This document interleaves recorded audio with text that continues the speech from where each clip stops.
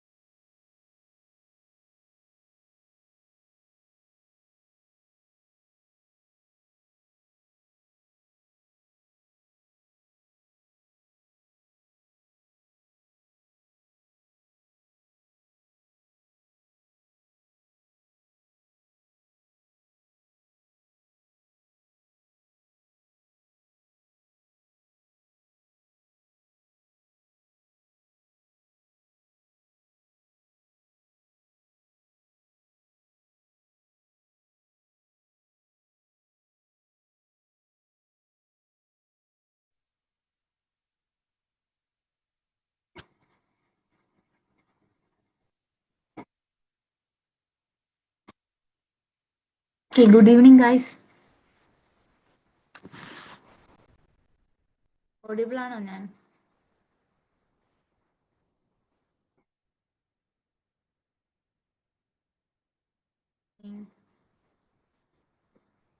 Class strength വളരെ ശോക അവസ്ഥയാണല്ലോ.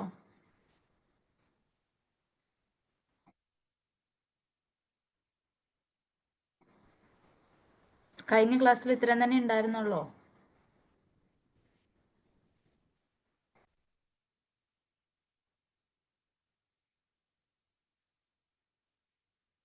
Maximum 20 ഒക്കെ ഉള്ളു അല്ലേ?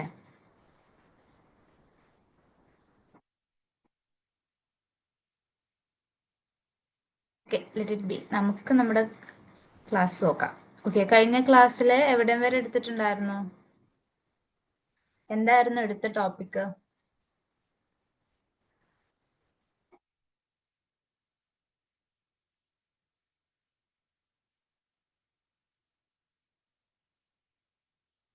എന്തായിരുന്നു എടുത്ത ടോപ്പിക് കഴിഞ്ഞ ക്ലാസ്സിൽ?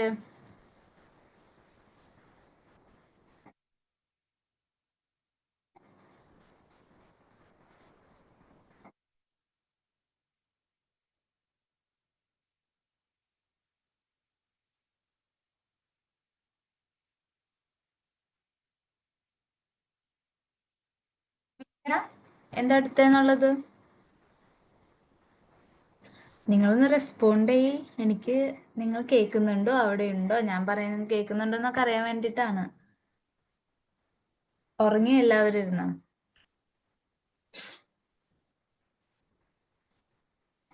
ചെറിയൊരു കഴിഞ്ഞ ക്ലാസ്സിൽ ഉണ്ടാവാത്തവരാണോ, അതുകൊണ്ടാണോ അറിയാത്തത്?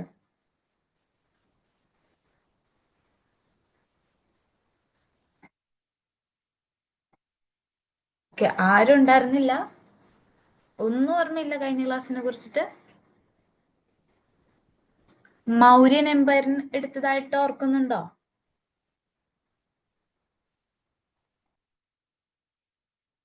ഓർക്കുന്നുണ്ട് അല്ലെ? എന്താ എടുത്തേന്ന് ഓർമ്മയില്ലാത്ത ആൾക്കാരോട് ഞാൻ അതിലെന്താ പറഞ്ഞതെന്ന് ഞാൻ ചോദിക്കുന്നില്ല. ഓക്കെ, ഐ ഗസ് ഏഞ്ചൽ റോസേജ് മാത്രമാണോ ഈ മീറ്റിംഗിലുള്ളത്? ആള് മാത്രമേ respond ചെയ്യുന്നുള്ളല്ലോ.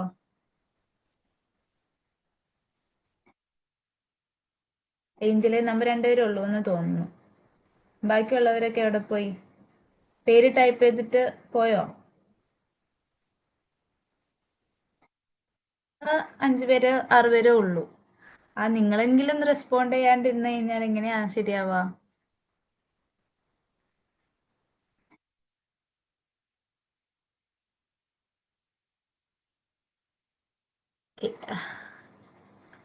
Okay, please respond. Okay, എന്നാലാണ് എനിക്കും നിങ്ങൾക്ക് എന്തെങ്കിലും പറഞ്ഞു തരാനായിട്ടുള്ള ഒരു എനർജി ഉണ്ടാവുള്ളൂ. അല്ലെങ്കിൽ നിങ്ങൾ റെസ്പോണ്ട് ചെയ്യാതെ ഞാൻ മാത്രം ഇങ്ങനെ എന്തൊക്കെയോ പറഞ്ഞു കഴിഞ്ഞാല് എന്ത് ഗുണം അതിനുള്ള?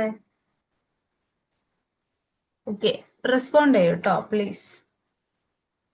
ഓക്കെ, കഴിഞ്ഞ ക്ലാസ്സിൽ നിങ്ങൾ എന്തൊക്കെ പഠിച്ചിട്ടുണ്ടായിരിക്കും? ഏകദേശം മൗര്യൻ എംപയറിനെ കുറിച്ച് പഠിച്ചിട്ടുണ്ടായിരിക്കും.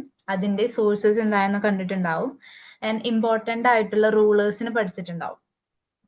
ആരൊക്കെയാണ് മൗര്യൻ ഞാൻ പറയുന്നില്ല, നിങ്ങൾ പറയാം. ആരൊക്കെയാണ് ഇമ്പോർട്ടന്റ് ആയിട്ടുള്ള റൂളേഴ്സ് മൗര്യൻ എംപയറിലെ? നിങ്ങൾ കേട്ടിട്ടുണ്ടാവുന്ന വെച്ചിട്ട് കഴിഞ്ഞ ക്ലാസ് ഓർമ്മയില്ലാന്ന് എനിക്കറിയാം. എന്നാലും ഇത്ര നാൾ പഠിച്ചതിൽ നിങ്ങൾക്ക് ഏതെങ്കിലും ആരെങ്കിലും ഓർമ്മയുണ്ടോ? ഫസ്റ്റ് എംപയർ ആണ് മൗര്യൻ എംപയർ. അതില് ഇമ്പോർട്ടന്റ് ആയിട്ടുള്ള Chandragupta Maurya, the founder of Mauryan Empire.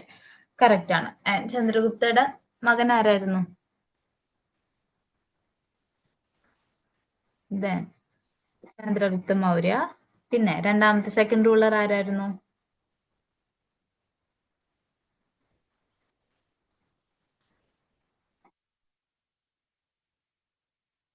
ഏറ്റവും ഒരു ഇമ്പോർട്ടന്റ് ആയിട്ടുള്ള ഒരു ഗ്രേറ്റ് റൂളർ ഉണ്ടല്ലോ, അതാരാണ്? ഗ്രേറ്റ് ആയിട്ടുള്ള ഒരു റൂളർ.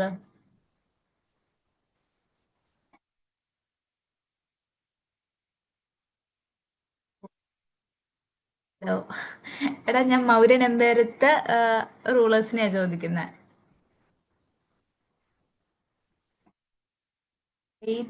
നമ്മുടെ Akbar the great. Okay, Akbar the ഗ്രേറ്റിന് മുൻപ് നമ്മൾ വേറൊരാളെ പേര് ചേർത്ത് ദ ഗ്രേറ്റ് ആയിട്ട് വിളിക്കും. അതാരാ?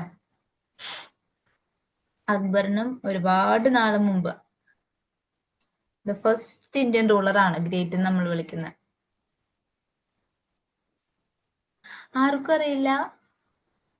അറ്റ്ലീസ്റ്റ് ആ സ്ലൈഡിലെങ്കിലും നോക്കൂ പിള്ളേരെ, പേര് അവിടെ എഴുതി വെച്ചിട്ടുണ്ട്. Ashoka the great. കേട്ടിട്ടില്ലേ നിങ്ങള്?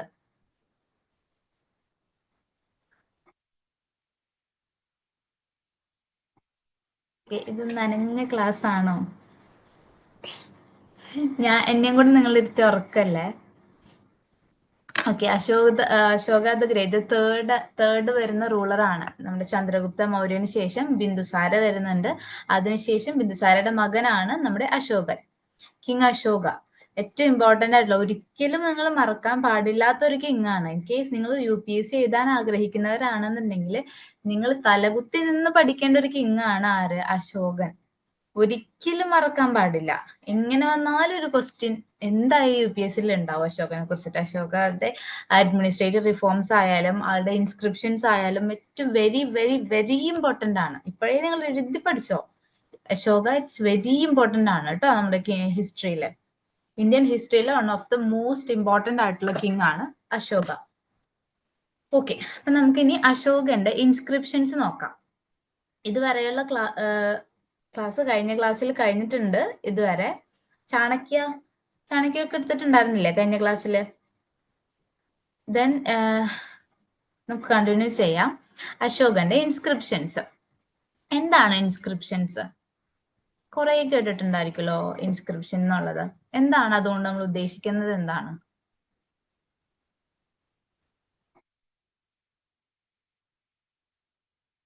എന്തെങ്കിലും ഒരു ഉപയോഗമോ ഉണ്ടോ? അല്ലെങ്കിൽ എന്താണ് സംഭവം? എന്താ ഇൻസ്ക്രിപ്ഷൻ എന്ന് പേര് എന്താണ് ഉദ്ദേശിക്കുന്നത്? അതെന്താണ് അതിന്റെ ഒരു ഉപയോഗം? ഇൻസ്ക്രിപ്ഷന്റെ ഉപയോഗം എന്താ?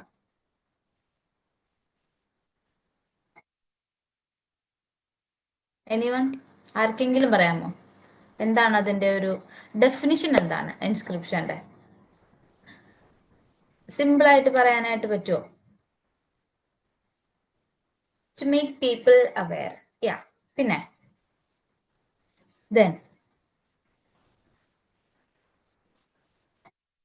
ഓക്കെ, നമ്മുടെ ഇന്ത്യൻ ഹിസ്റ്ററിയിൽ ആദ്യമായിട്ടാണ് ഒരു രാജാവ് തനിക്ക് പറയാനുള്ള കാര്യങ്ങള് ഒരു പില്ലറില്, ഒരു വലിയൊരു പാറക്കഷ്ണത്തിൽ ഇങ്ങനെ എഴുതി വെക്കും. എഴുതി എവിടെ? ഒരു പബ്ലിക് പ്ലേസിൽ കൊണ്ട് പ്ലേസ് ചെയ്യും, സാധാരണ ജനങ്ങൾക്ക് വായിക്കാനായിട്ട്. ഇന്ത്യൻ ഹിസ്റ്ററിയിൽ ആദ്യമായിട്ട് ചെയ്ത രാജാവാണ് ആര്? അശോകൻ. അതുകൊണ്ടാണ് ഈ ഇൻസ്ക്രിപ്ഷൻസിന് ഇത്ര അധികം ഇമ്പോർട്ടൻസ് ഉള്ളത്. ജനങ്ങളുമായിട്ട് നേരിട്ട് സംസാരിക്കുന്ന പോലെ തന്നെയായിരുന്നു ആര് ചെയ്തിരുന്നത്? അശോകൻ ഇൻസ്ക്രിപ്ഷൻസ് എഴുതിയിട്ടുണ്ടായിരുന്നത്. സോ ഇത് പിൽക്കാലത്ത് നമുക്കിപ്പോ ആ സമയത്തെ ഹിസ്റ്ററി റീകൺസ്ട്രക്ട് ചെയ്തെടുക്കാനായിട്ട് വെരി ഹെൽപ്ഫുൾ ആണ് ഈ ഇൻസ്ക്രിപ്ഷൻസ്. കാരണം ആ സമയത്തെ അഡ്മിനിസ്ട്രേറ്റീവ് രീതികളും എന്തൊക്കെയാണ് ആ കാലഘട്ടത്തിൽ നടന്നിട്ടുണ്ടായിരുന്നതെന്നൊക്കെ ഈ ഇൻസ്ക്രിപ്ഷൻസിൽ എഴുതി വെച്ചിട്ടുണ്ട്. സോ അത് സ്റ്റോണിലായതുകൊണ്ട് തന്നെ ഇപ്പോഴും നമുക്കത് പ്രിസർവ് ചെയ്ത് കിട്ടിയിട്ടുണ്ട്, നശിച്ചു പോയിട്ടില്ല. ഓക്കെ, അങ്ങനെ ഏകദേശം ഒരു 33 ഇൻസ്ക്രിപ്ഷൻസ് ആണ് ഇതുവരെ നമുക്ക് കിട്ടിയിട്ടുള്ളത്. നോക്കുക, the history of Ashoka is reconstructed on the basis of his inscriptions. He was the first Indian king to speak directly to the people through his inscriptions. അതുവരെയുള്ള എല്ലാ രാജാക്കന്മാരും എന്താ ചെയ്തിട്ടുണ്ടായിരുന്നത്? ആ ഒരു മന്ത്രിമാരോട് മാത്രം, അല്ലെങ്കിൽ ആ ഇത്ര എലൈറ്റ് ആയിട്ടുള്ള ഗ്രൂപ്പ്സിനോട് മാത്രമാണ് സംസാരിച്ചിട്ടുണ്ടായിരുന്നത്. സാധാരണ ജനങ്ങളോട് നേരിട്ട് ഇടപെടുക എന്നുള്ളത് രാജാവാണല്ലോ, അപ്പൊ സാധാരണ ജനങ്ങളോട് സംസാരിക്കാൻ പാടില്ല എന്നുള്ളൊരു രീതിയിലായിരുന്നു. പക്ഷെ അശോകൻ എന്ത് ചെയ്തു? ഡയറക്ട്ലി പോയി സംസാരിക്കാനില്ല, എന്നാലും ഏകദേശം എന്താണ്, ഡയറക്ട്ലി തന്നെയാണ് ഈ ഇൻസ്ക്രിപ്ഷൻസിലൂടെ സംസാരിച്ചിരുന്നു ആള്. അതും സാധാരണക്കാർക്ക് മനസ്സിലാവുന്ന ഭാഷയിലായിരുന്നു എഴുതിയിട്ടുണ്ടായിരുന്നത്. വലിയ സാൻസ്കൃതിലോ അങ്ങനത്തെ കടുകട്ടി ബ്രാഹ്മിൻസിന് മാത്രം വായിക്കാന്നുള്ള ഭാഷയായിരുന്നില്ല. ആ സമയത്ത് ഉണ്ടായിരുന്ന പാലി, പ്രാകൃത്, ഈ ഒരു എല്ലാ ലാംഗ്വേജിലും ആൾ എന്ത് ചെയ്തിട്ടുണ്ട്? ഇൻസ്ക്രിപ്ഷൻസ് എഴുതിയിട്ടുണ്ട്. These inscriptions throw a light not only on the region of Ashoka, but also reveal his external and domestic policies, his views about Dhamma, and the extent of his empire. അപ്പൊ അശോകന്റെ ആ ഒരു കാലഘട്ടത്തെ കുറിച്ച് മാത്രമല്ല, എന്തൊക്കെയുണ്ട് ആളുടെ എക്സ്റ്റേണൽ, പുറത്ത് എന്തോരം രാജ്യങ്ങളായിട്ട് വേറെ ബന്ധമുണ്ടെന്നോ, അല്ലെങ്കിൽ ഉള്ളിൽ നമ്മുടെ ഡൊമസ്റ്റിക് ആയിട്ടുള്ള ആള് നടത്തിയിട്ടുള്ള അഡ്മിനിസ്ട്രേറ്റീവ് പോളിസീസ്, ആൻഡ് ആളുടെ ഇമ്പോർട്ടന്റ് ആയിട്ടുള്ള ഒരു പ്രിൻസിപ്പിൾ ആണ് ധമ്മ എന്നുള്ളത്. അതിനെ കുറിച്ചിട്ട് ഇതൊക്കെ നമുക്ക് എവിടെ നിന്നാണ് നമുക്ക് അറിവ് കിട്ടുന്നത്? ഈ ഇൻസ്ക്രിപ്ഷൻസിൽ നിന്നാണ് കിട്ടുന്നത്. എല്ലാത്തിനെ കുറിച്ചിട്ടും ആൾ എഴുതി വെച്ചിട്ടുണ്ട്. നമുക്ക് അങ്ങനെ 33 ഇൻസ്ക്രിപ്ഷൻസ് ആണ് കിട്ടിയിട്ടുള്ളത്. അതിനെ നമ്മൾ അതിൽ തന്നെ എത്രയായി തരംതിരിച്ചിട്ടുണ്ട്? 5 ആക്കി തിരിച്ചിട്ടുണ്ട്. Major rock edict, minor rock edict, separate rock edict, major pillar edict, minor pillar edict. ഇത്രയും 5 കാറ്റഗറി ഓഫ് ഇൻസ്ക്രിപ്ഷൻസ് ആണ് ഉള്ളത്. ഏതൊക്കെയാണെന്ന് വിശദീകരിച്ച് 33 നമ്മൾ പഠിക്കേണ്ട കാര്യമില്ല. അതിൽ ചില ഇമ്പോർട്ടന്റ് ആയിട്ടുള്ളതുണ്ട്, അത് മാത്രം പഠിച്ചാൽ മതി. ആദ്യം 33 എണ്ണം ഉണ്ടെന്ന് അറിയാം, അതിന് 5 കാറ്റഗറി ആയിട്ട് നമ്മൾ തിരിച്ചിട്ടുണ്ടെന്ന് അറിയാം. സിമ്പിൾ അല്ലേ? ഈ എന്താണ് മേജർ, മൈനർ എന്നൊക്കെ ഒരു ഡിഫറൻസിയേഷൻ ആണ് അതിനുള്ളത്.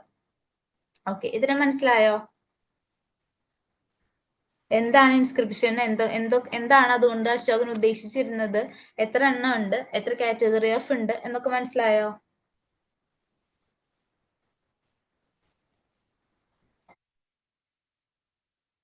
ഏഞ്ചലിന് മാത്രമേ മനസ്സിലായിട്ടുള്ളൂ, ബാക്കി ആർക്കും മനസ്സിലായില്ലേ?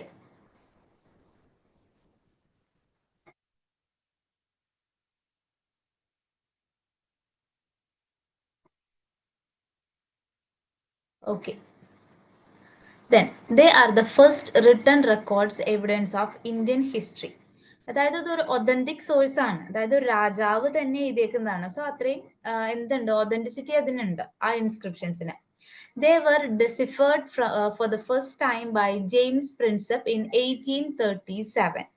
സോ ഇത് ആരാണ് ഡെസിഫർ ചെയ്തെടുത്തേക്കുന്നത്? നമുക്കിപ്പോ നമ്മൾ പോയി വായിച്ചു കഴിഞ്ഞാൽ നമുക്കത് മനസ്സിലാവണമെന്നില്ല, കാരണം ആ ലാംഗ്വേജ് ഡിഫറെന്റ് ആണ്. ആ സമയത്തെ ലാംഗ്വേജും നമ്മുടെ ഇപ്പോഴത്തെ ലാംഗ്വേജും നമ്മൾ ഒരുപാട് ഡിഫറൻസ് ഉണ്ട്. ഇപ്പോ ഇൻ കേസ് നമ്മൾ ഹിന്ദി ഇപ്പോ വായിക്കുന്ന ഹിന്ദി ആയിട്ട് പോലും നമുക്ക് വായിക്കാനായിട്ട് പറ്റില്ല. സോ പാലി, പ്രാകൃത് എന്നൊക്കെ പറയുന്ന ഡിഫറെന്റ് ടൈപ്പ് ഓഫ് ലാംഗ്വേജ് ആണ് അതിൽ യൂസ് ചെയ്തേക്കുന്നത്. സോ ഇത് ഫസ്റ്റ് ആയിട്ട് ഐഡന്റിഫൈ, ഇതൊക്കെ കുറെ ലാംഗ്വേജ് കൂട്ടി പഠിച്ച് ഇത് ഇന്ന ലാംഗ്വേജ് ആണെന്ന് മനസ്സിലാക്കി അത് ഡെസിഫർ ചെയ്ത് എടുക്കുന്നത് ആരാണ്? ജെയിംസ് പ്രിൻസപ്പ് എന്ന് പറയുന്ന ഒരു ആളാണ്. ഏത് കാലഘട്ടത്തില്? 1837. നിങ്ങൾ ആലോചിച്ച് നോക്കുക, എത്രയോ കാലം കഴിഞ്ഞിട്ടാണ് നമ്മളത് ഡെസിഫർ ചെയ്ത് എടുക്കുന്നത്. ഇറ്റ് അറൌണ്ട് 19th century ആയി നമുക്കൊന്ന് ഡെസിഫർ ചെയ്ത് എടുക്കാനായിട്ട്.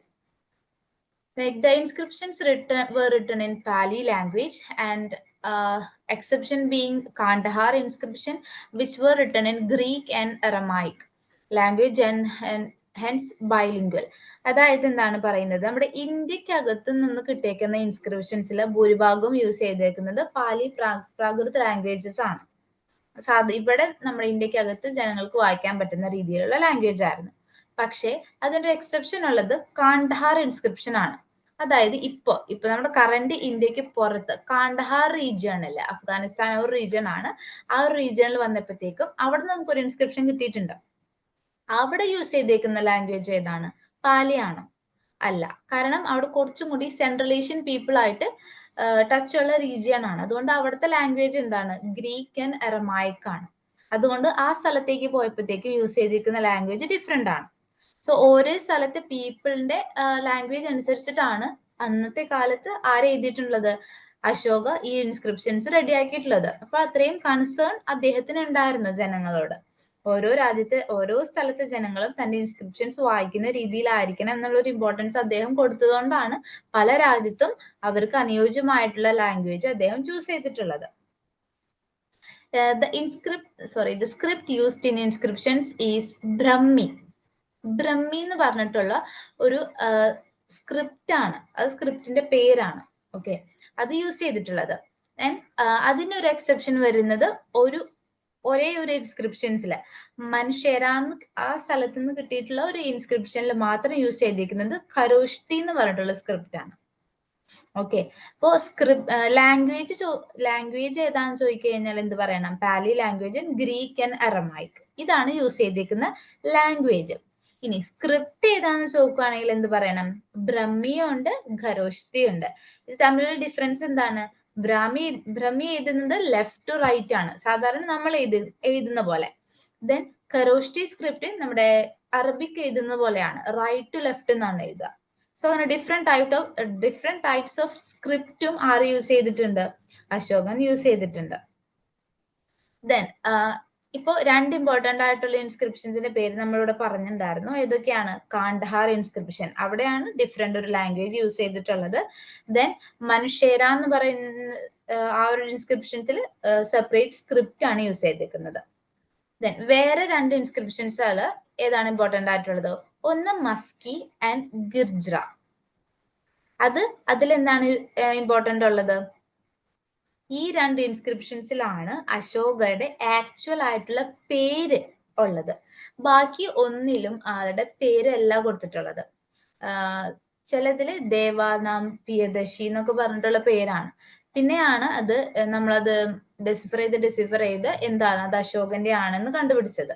പക്ഷെ ഈ രണ്ട് ഇൻസ്ക്രിപ്ഷൻസില് മസ്കിയിലും ഗുർജാറയിലും ആ ഇൻസ്ക്രിപ്ഷൻസിലും കറക്റ്റ് ആയിട്ട് അശോകന്റെ ആക്ച്വൽ നെയിം അതിൽ റിവീൽ ചെയ്യുന്നുണ്ട്. ഓക്കെ, മനസ്സിലായോ?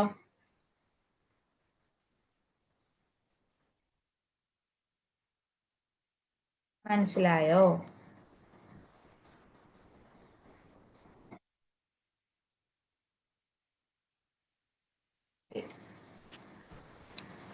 Then Babru edict Ashoka expressed his faith in Buddhism.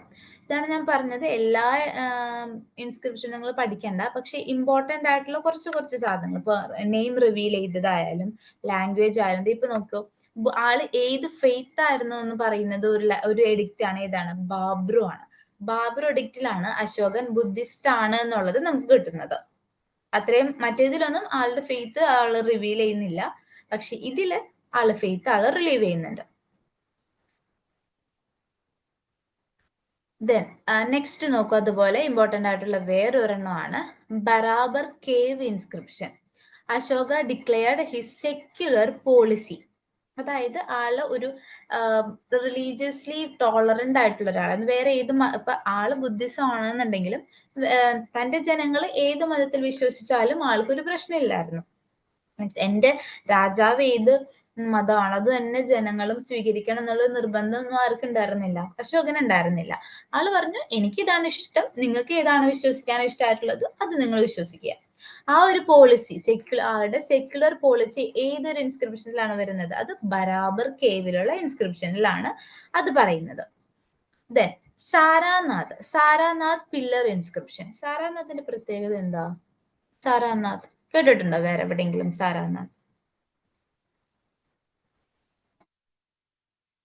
Sarnath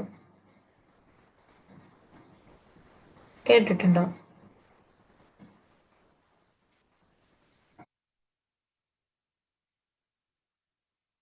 yeah, connected with ബുദ്ധയുടെ ഫസ്റ്റ് സെർമൺ നടന്നേക്കുന്നത് സാരാനാഥിലാണ്. സോ ആ സ്ഥലത്താണ് അശോകൻ ഈ പില്ലർ കൊണ്ട് സ്ഥാപിക്കുന്നത്. സാരാനാഥ് പില്ലർ അശോകൻ ബുദ്ധിസ്റ്റ് ആണ്. സോ ബുദ്ധയുടെ ഫസ്റ്റ് സെർമൺ നടന്ന സ്ഥലത്ത് കൊണ്ട് സ്ഥാപിച്ച ഇൻസ്ക്രിപ്ഷൻ ആണ്. സോ അതില് ആള് സ്വന്തമായിട്ട് വിളിക്കുകയാണ്, ഞാൻ ആരാണ്? ധർമ്മ അശോകയാണ്.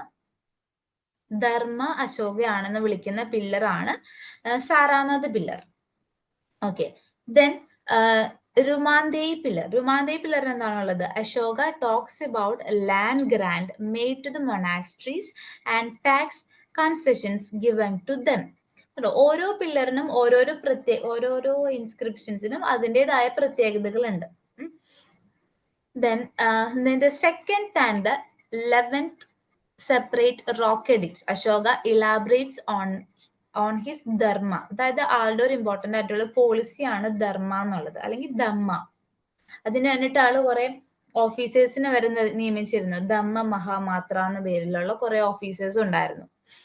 സോ അതിനെ കുറിച്ച് സ്പെസിഫിക്കലി പറയുന്ന 2 റോക്ക് എഡിക്ട്സ് ആണ് ഏത്? 2ാമത്തതും അതുപോലെ 11ാമത്തതും. ഓക്കെ, ഇത്രയും റോക്ക് എഡിക്ട്സ് ആണ് ഇമ്പോർട്ടന്റ് ആയിട്ടുള്ളത്. ഏതൊക്കെയാണെന്ന് നോക്കൂ. ഇവിടെ നമ്മൾ കാണ്ഡഹാർ ഇൻസ്ക്രിപ്ഷൻ പറഞ്ഞിട്ടുണ്ടായിരുന്നു. Then Mansehra and Shahbazgarhi, then Maski and Gujarra, Bhabru edict, Barabar cave inscription, Sarnath pillar inscription, Rummindei pillar inscription, then separate rock എഡിക്ട്സിൽ 2ാമത്തതും 11ാമത്തതും. ഇത്രയാണ് ഇമ്പോർട്ടന്റ് ആയിട്ടുള്ള അശോകന്റെ ഇൻസ്ക്രിപ്ഷൻസ്. ഇപ്പൊ തൽക്കാലത്തിൽ നിങ്ങൾ ഇത്രയും പഠിച്ചാൽ മതി. ഓക്കെ, ഇതിപ്പോ പഠിച്ചിട്ട് കുറച്ച് കഴിയുമ്പോൾ ഓർമ്മ ഉണ്ടാവില്ല എന്ന് എനിക്കറിയാം. കഴിഞ്ഞ ക്ലാസ്സിൽ പഠിച്ചവർ ഓർമ്മ ഉണ്ടായില്ല. ഓക്കെ, എന്നാലും ഇത്രയും ഇമ്പോർട്ടന്റ് ആയിട്ടുള്ളത് ഓർത്ത് വെച്ചേക്കാം കേട്ടോ.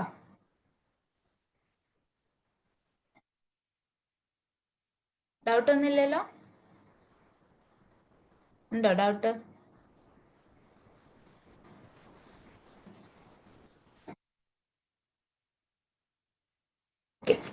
ഇനി എന്തൊക്കെയാണ് അശോകന്റെ അച്ചീവ്മെന്റ്സ് ആയിട്ട് നമുക്ക് കാണാൻ പറ്റുന്നത് നമുക്ക് നോക്കാം. എന്തൊക്കെയാണ് ആള് ചെയ്ത കാര്യങ്ങൾ? Political unification of the country. He bound the whole country together by one Dhamma, one language, and practically one script of Brahmi, which is used in most of his inscriptions. So നമ്മൾ നേരത്തെ കണ്ടതാണ് brahmi script.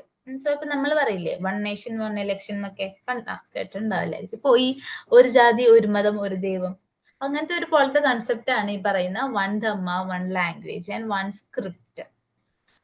മൊത്തത്തില് ആള് കൈവശം വെച്ചിരുന്ന land എന്ന് പറയുന്നത് almost എന്താ പറയാ ഒരു ബിഗർ എമൗണ്ട് ഓഫ് ലാൻഡ് ആണ്. നമ്മുടെ ഇന്ത്യ, പാകിസ്ഥാൻ, അഫ്ഗാനിസ്ഥാൻ അവിടെ നിന്ന് കുറെ പാർട്ട് അശോകന്റെ കയ്യിലായിരുന്നു. സോ അത്രയും റീജിയൻസ് ആള് യൂണിഫൈ ചെയ്ത് കൊണ്ടുപോയി.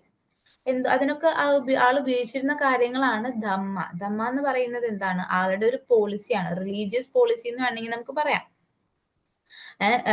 നോൺ വയലൻസ് എടുക്കരുത്, ദെൻ കറക്റ്റ് ആയിട്ട് ടാക്സ് കൊടുക്കണം, അങ്ങനത്തെ കറക്റ്റ് കുറച്ച് കാര്യങ്ങൾ ആളുടെ കൊണ്ടുവന്നിട്ടുണ്ടായിരുന്നു. അതാണ് ധമ്മ എന്ന് പറയുന്നത്. അത് കറക്റ്റ് ആയിട്ട് നടക്കുന്നുണ്ടോ എന്ന് വാച്ച് ചെയ്യാനായിട്ട് ആൾ ഒഫീഷ്യൽസിനെ നിർത്തിയിരുന്നു. ദെൻ ലാംഗ്വേജ്, ദെൻ സ്ക്രിപ്റ്റ്, ഇതൊക്കെ കൊണ്ടാണ് ആൾ എന്ത് ചെയ്തിരുന്നു? അത്രയും വാസ്റ്റ് ആയിട്ട് കിടക്കുന്ന റീജിയൻസിനെ ആൾ യൂണിഫൈ ചെയ്ത് നിർത്തിയിരുന്നു. Then spread of a tolerance and respect. He adopted and preached tolerance in religious sphere as well as in case of script and languages. അതെന്താണ് റിലീജിയസ് ടോളറൻസ് പോലെ തന്നെ ആൾ എന്ത് ചെയ്തിട്ടുണ്ട്? ആള് എഴുത്തിലായാലും ആള് യൂസ് ചെയ്യുന്ന സ്ക്രിപ്റ്റോ ലാംഗ്വേജോ എന്തെല്ലാം ആയാലും ആൾ എന്ത് ചെയ്തിട്ടുണ്ട്? ഒരു പെർട്ടിക്കുലർ റിലീജിയൻ ഒരിക്കലും ആള് പൊക്കി പറഞ്ഞിട്ടില്ല. ആള് ബുദ്ധിസ്റ്റ് ആണെങ്കിലും ബുദ്ധിസത്തിന് വേണ്ടിയിട്ട് ഒരു ഇൻസ്ക്രിപ്ഷൻ പോലും ഇല്ല. ഓക്കെ, ആളുടെ ദമ്മനെ കുറിച്ചിട്ടാണ് പറഞ്ഞിട്ടുള്ളത്. അല്ലാതെ ബുദ്ധൻ അതാണ്, ബുദ്ധന്റെ എല്ലാ ഇതാണ്, ബുദ്ധന്റെ നിങ്ങൾ ബുദ്ധിസം ഫോളോ ചെയ്യണം എന്നൊക്കെ പറഞ്ഞിട്ട് ഒരിക്കലും ആള് എന്ത് ചെയ്തിട്ടില്ല? ആളൊരു ഇൻസ്ക്രിപ്ഷൻ എഴുതിയിട്ടില്ല. അപ്പോഴും ആൾ ഫോളോ ചെയ്തിരുന്ന പാത്ത് റിലീജിയസ് ടോളറൻസ് ആണ്. He did not try to force his religious faith on his subject. ഒരിക്കലും തന്റെ സബ്ജക്റ്റ് നമ്മുടെ ഫോളോവേഴ്സ്, ആളുടെ ഫോളോവേഴ്സ് സ്വീകരിക്കുന്ന ആൾ ഒരിക്കലും ഫോഴ്സ് ചെയ്തിട്ടില്ല. Instead, he gave donation to non-Buddhist sect as well as such as donating Barbara caves to Ajivika sect. ഈ പറഞ്ഞ ബാബറ case അജീവിക, ഈ ബുദ്ധിസം ജൈനിസം പോലെ തന്നെ ഒരു സെക്ട് ആണ് അജീവിക എന്ന് പറയുന്നത്. ഇന്ത്യയിൽ അത്ര ഇന്ത്യയിൽ തന്നെയാണ് അത് സ്റ്റാർട്ട് ചെയ്തതെങ്കിലും ഇന്ത്യയിൽ അത്ര ഇമ്പോർട്ടൻസ് ഇല്ലാത്ത സെക്ട് ആണ്. അവരുടെ കേവ് ആണ് ഈ ബറാബർ കേസ്. അതിലേക്കും ആൾ എന്ത് ചെയ്തിട്ടുണ്ട്? ഡൊണേഷൻ കൊടുത്തിട്ടുണ്ട്. അതെന്താണ് കാണിക്കുന്നത്? ആളുടെ റിലീജിയസ് ടോളറൻസ് ആണ്. ഓക്കെ, നോൺ ബുദ്ധിസ്റ്റ് സെക്ട് ആയിരുന്നിട്ട് കൂടി അവർക്ക് അദ്ദേഹം സഹായങ്ങൾ ചെയ്തിട്ടുണ്ട്. He respected script other than Brahmi like Kharoshthi, Aramaic and Greek. Promotion of cultural contact. Apart from bringing the innovative changes in his administration, he also promoted cultural contact between Indian states and between India and the outer two. ഇന്ത്യയിലെ പല പല സ്റ്റേറ്റുകൾ തമ്മിലായാലും പുറത്തുള്ള രാജ്യങ്ങൾ തമ്മിലുള്ളായാലും ഒരു cultural contact ആണ് importance കൊടുത്തിട്ടുണ്ട്. Okay, it would not be an exaggeration if Ashoka is considered the first global cultural ambassador of India. So ഇപ്പോഴും ഇന്ത്യയിലെ ഗ്ലോബൽ കൾച്ചറൽ അംബാസിഡർ ആയിട്ട് ആരെയാണ് പറയുന്നത്? ഫസ്റ്റ് അശോകൻ തന്നെയാണ്. കാരണം പുറത്തുള്ള രാജ്യങ്ങളിൽ നിന്നിട്ടും ഇന്ത്യയുമായിട്ട് ഒരു കൾച്ചറൽ പ്രൊമോഷൻ, ബാക്കി വാർ റൈവലറി അതൊക്കെ മാറ്റി വെച്ചേക്കാം, യുദ്ധം അങ്ങോട്ടും ഇങ്ങോട്ടും ഒക്കെ ഉണ്ടാവും, പ്രശ്നങ്ങൾ ഉണ്ടാവും. പക്ഷെ അപ്പാർട്ട് ഫ്രം ദാറ്റ് എന്താണ് അശോകൻ കൾച്ചറൽ കോണ്ടാക്ട് പ്രൊമോട്ട് ചെയ്തിട്ടുണ്ടായിരുന്നു. Policy of peace and non-aggression. Ashoka is known for his policy of peace, non-quest and non-aggression. ഇതൊക്കെ ദമ്മയുടെ സബ്ഡിവിഷൻസ് ആണ്. നോൺ വയലൻസ് ആണ് ആൾ ഉദ്ദേശിച്ചിരുന്നത്. പക്ഷേ ഇത് എവിടെ നിന്നാണ് സ്റ്റാർട്ട് ചെയ്തത്? ആദ്യം ഈ അശോക എന്ന് പറയുന്നത് ഇത്രയും രാജ്യങ്ങള്, ഞാൻ പറഞ്ഞു ഇത്രയും വാസ്റ്റ് ടെറിട്ടറി ആളുടെ കയ്യിലുണ്ടായിരുന്നു. ആരെങ്കിലും കൊണ്ട് കൊടുത്തതാണോ? ഒന്ന് അശോക പിടിച്ചോ എന്ന് പറഞ്ഞിട്ട് കൊണ്ട് കൊടുക്കുന്നതാണോ? എന്റെ രാജ്യം നീ ഭരിച്ചോ എന്ന് പറഞ്ഞ ഏതെങ്കിലും ഒരു രാജാവ് കൊണ്ട് കൊടുക്കുവോ? നിങ്ങളാണെങ്കിൽ നിങ്ങളൊന്ന് ആലോചിക്കേ, നിങ്ങൾ ഒരു രാജ്യത്തെ രാജാവാണ്. അപ്പൊ നിങ്ങളുടെ രാജ്യം നിങ്ങൾ എനിക്ക് കൊണ്ട് തരാണ്. എന്നാ മാം നിങ്ങൾ ഭരിച്ചോ, എനിക്ക് വേണ്ട രാജ്യം എന്ന് പറഞ്ഞാൽ ആരെങ്കിലും കൊണ്ട് തരുമോ? എനിക്ക് തരില്ല. ആരും അവരുടെ രാജ്യം കൊടുക്കാനായിട്ട് തയ്യാറാവില്ല. പിന്നെ എങ്ങനെയാണ് അശോകന് ഇത്ര വാസ്റ്റ് ടെറിട്ടറി കിട്ടുന്നത്? ഇത്ര വാസ്റ്റ് എന്നൊക്കെ പറഞ്ഞാൽ അഫ്ഗാനിസ്ഥാൻ റീജിയൻസ് വരെ എക്സ്റ്റെൻഡ് ചെയ്ത് നിൽക്കുന്നതാണ് നമ്മുടെ അശോകന്റെ എംപയർ. ഓൾമോസ്റ്റ് ഇന്ത്യയുടെ എല്ലാ പാർട്ടും, സദേൺ ടിപ്പിൽ കുറച്ച് പാർട്ടും നോർത്ത് ഈസ്റ്റിന് കുറച്ച് പാർട്ടും ഒഴിച്ചു കഴിഞ്ഞാൽ ഓൾമോസ്റ്റ് എല്ലാ ഇന്ത്യയും ആരുടെ കയ്യിലാണ്? അശോകന്റെ കയ്യിലാണ്. പാകിസ്ഥാൻ അശോകന്റെ കയ്യിലാണ്. നേപ്പാൾ ഉണ്ട്, അഫ്ഗാനിസ്ഥാൻ ഉണ്ട്, ആ റീജിയൻസിലൊക്കെ ഉണ്ട്. എങ്ങനെ കിട്ടിയിട്ടുണ്ടാവും ആൾക്ക്? എന്തിനാണ് പറയാ, പരമ്പരാഗതമായി കിട്ടിയ വീട്ടു സ്വത്തായിരിക്കുമോ? ഓഫ് കോഴ്സ് അതുണ്ട്, പാർട്ടുണ്ട്.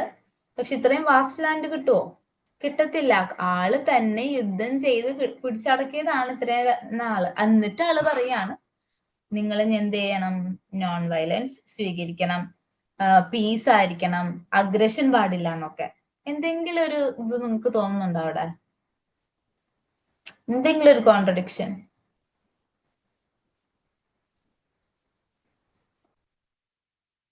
ഇപ്പോഴും ഡിബേറ്റ് നടക്കുന്ന ഒരു കാര്യമാണത്.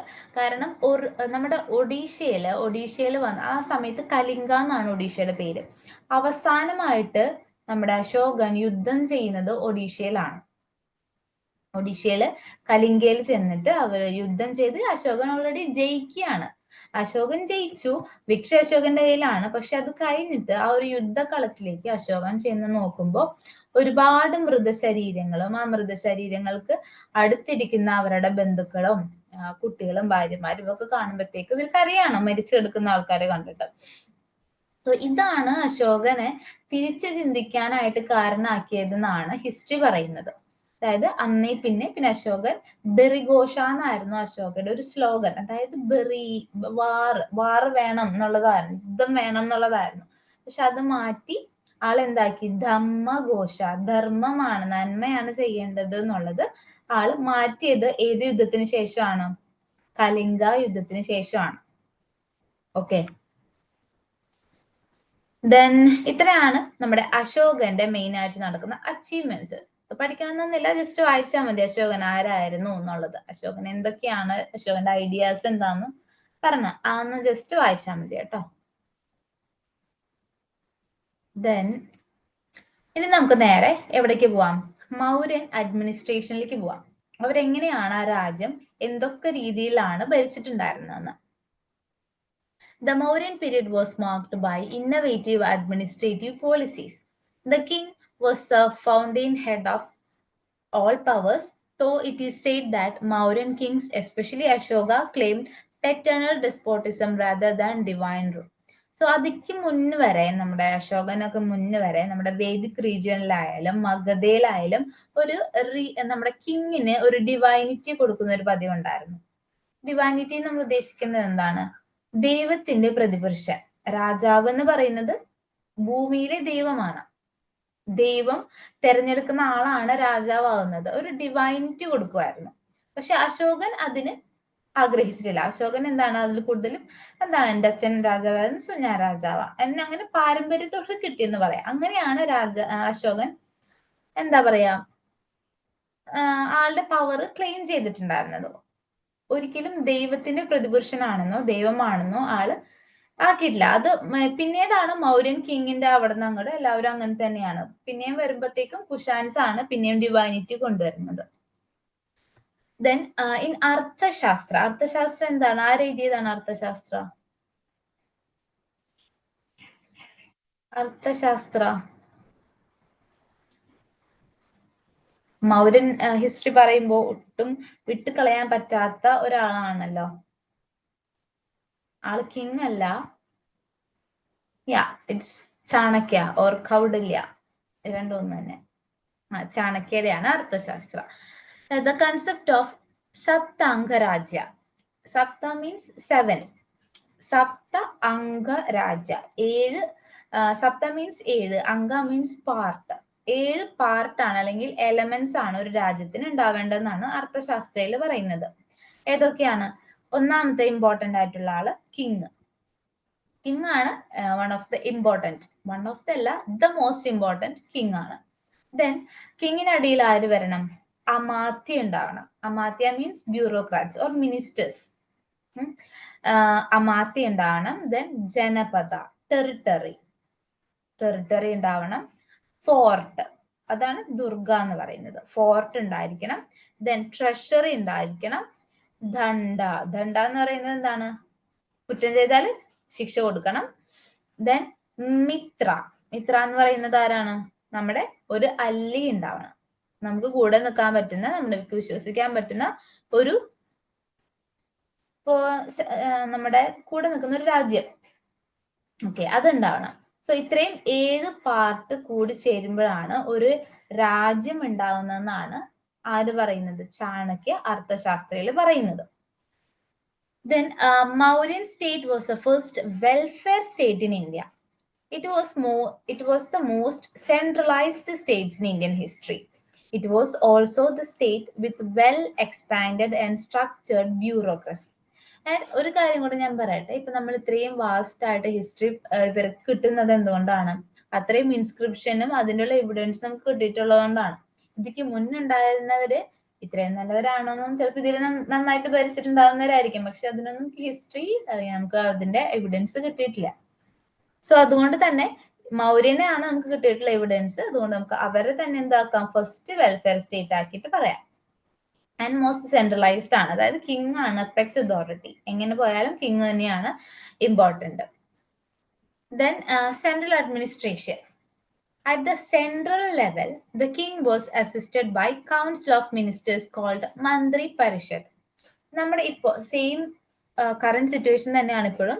എന്താണ് കിങ്ങിന് പകരം ഇപ്പോഴാരാണ്? പ്രസിഡന്റ് ആണ്. പ്രസിഡന്റിന് എയ്ഡ് ആൻഡ് അഡ്വൈസ് കൊടുക്കാൻ ആരുണ്ട്? കൗൺസിൽ ഓഫ് മിനിസ്റ്റേഴ്സ് ഉണ്ട്. ആ സമയത്ത് ഇതിന് പറഞ്ഞിരുന്നത് മന്ത്രി പരിഷത്ത് എന്നായിരുന്നു. കിങ് അതിനെ അസിസ്റ്റ് ചെയ്ത് മന്ത്രി പരിഷത്ത്.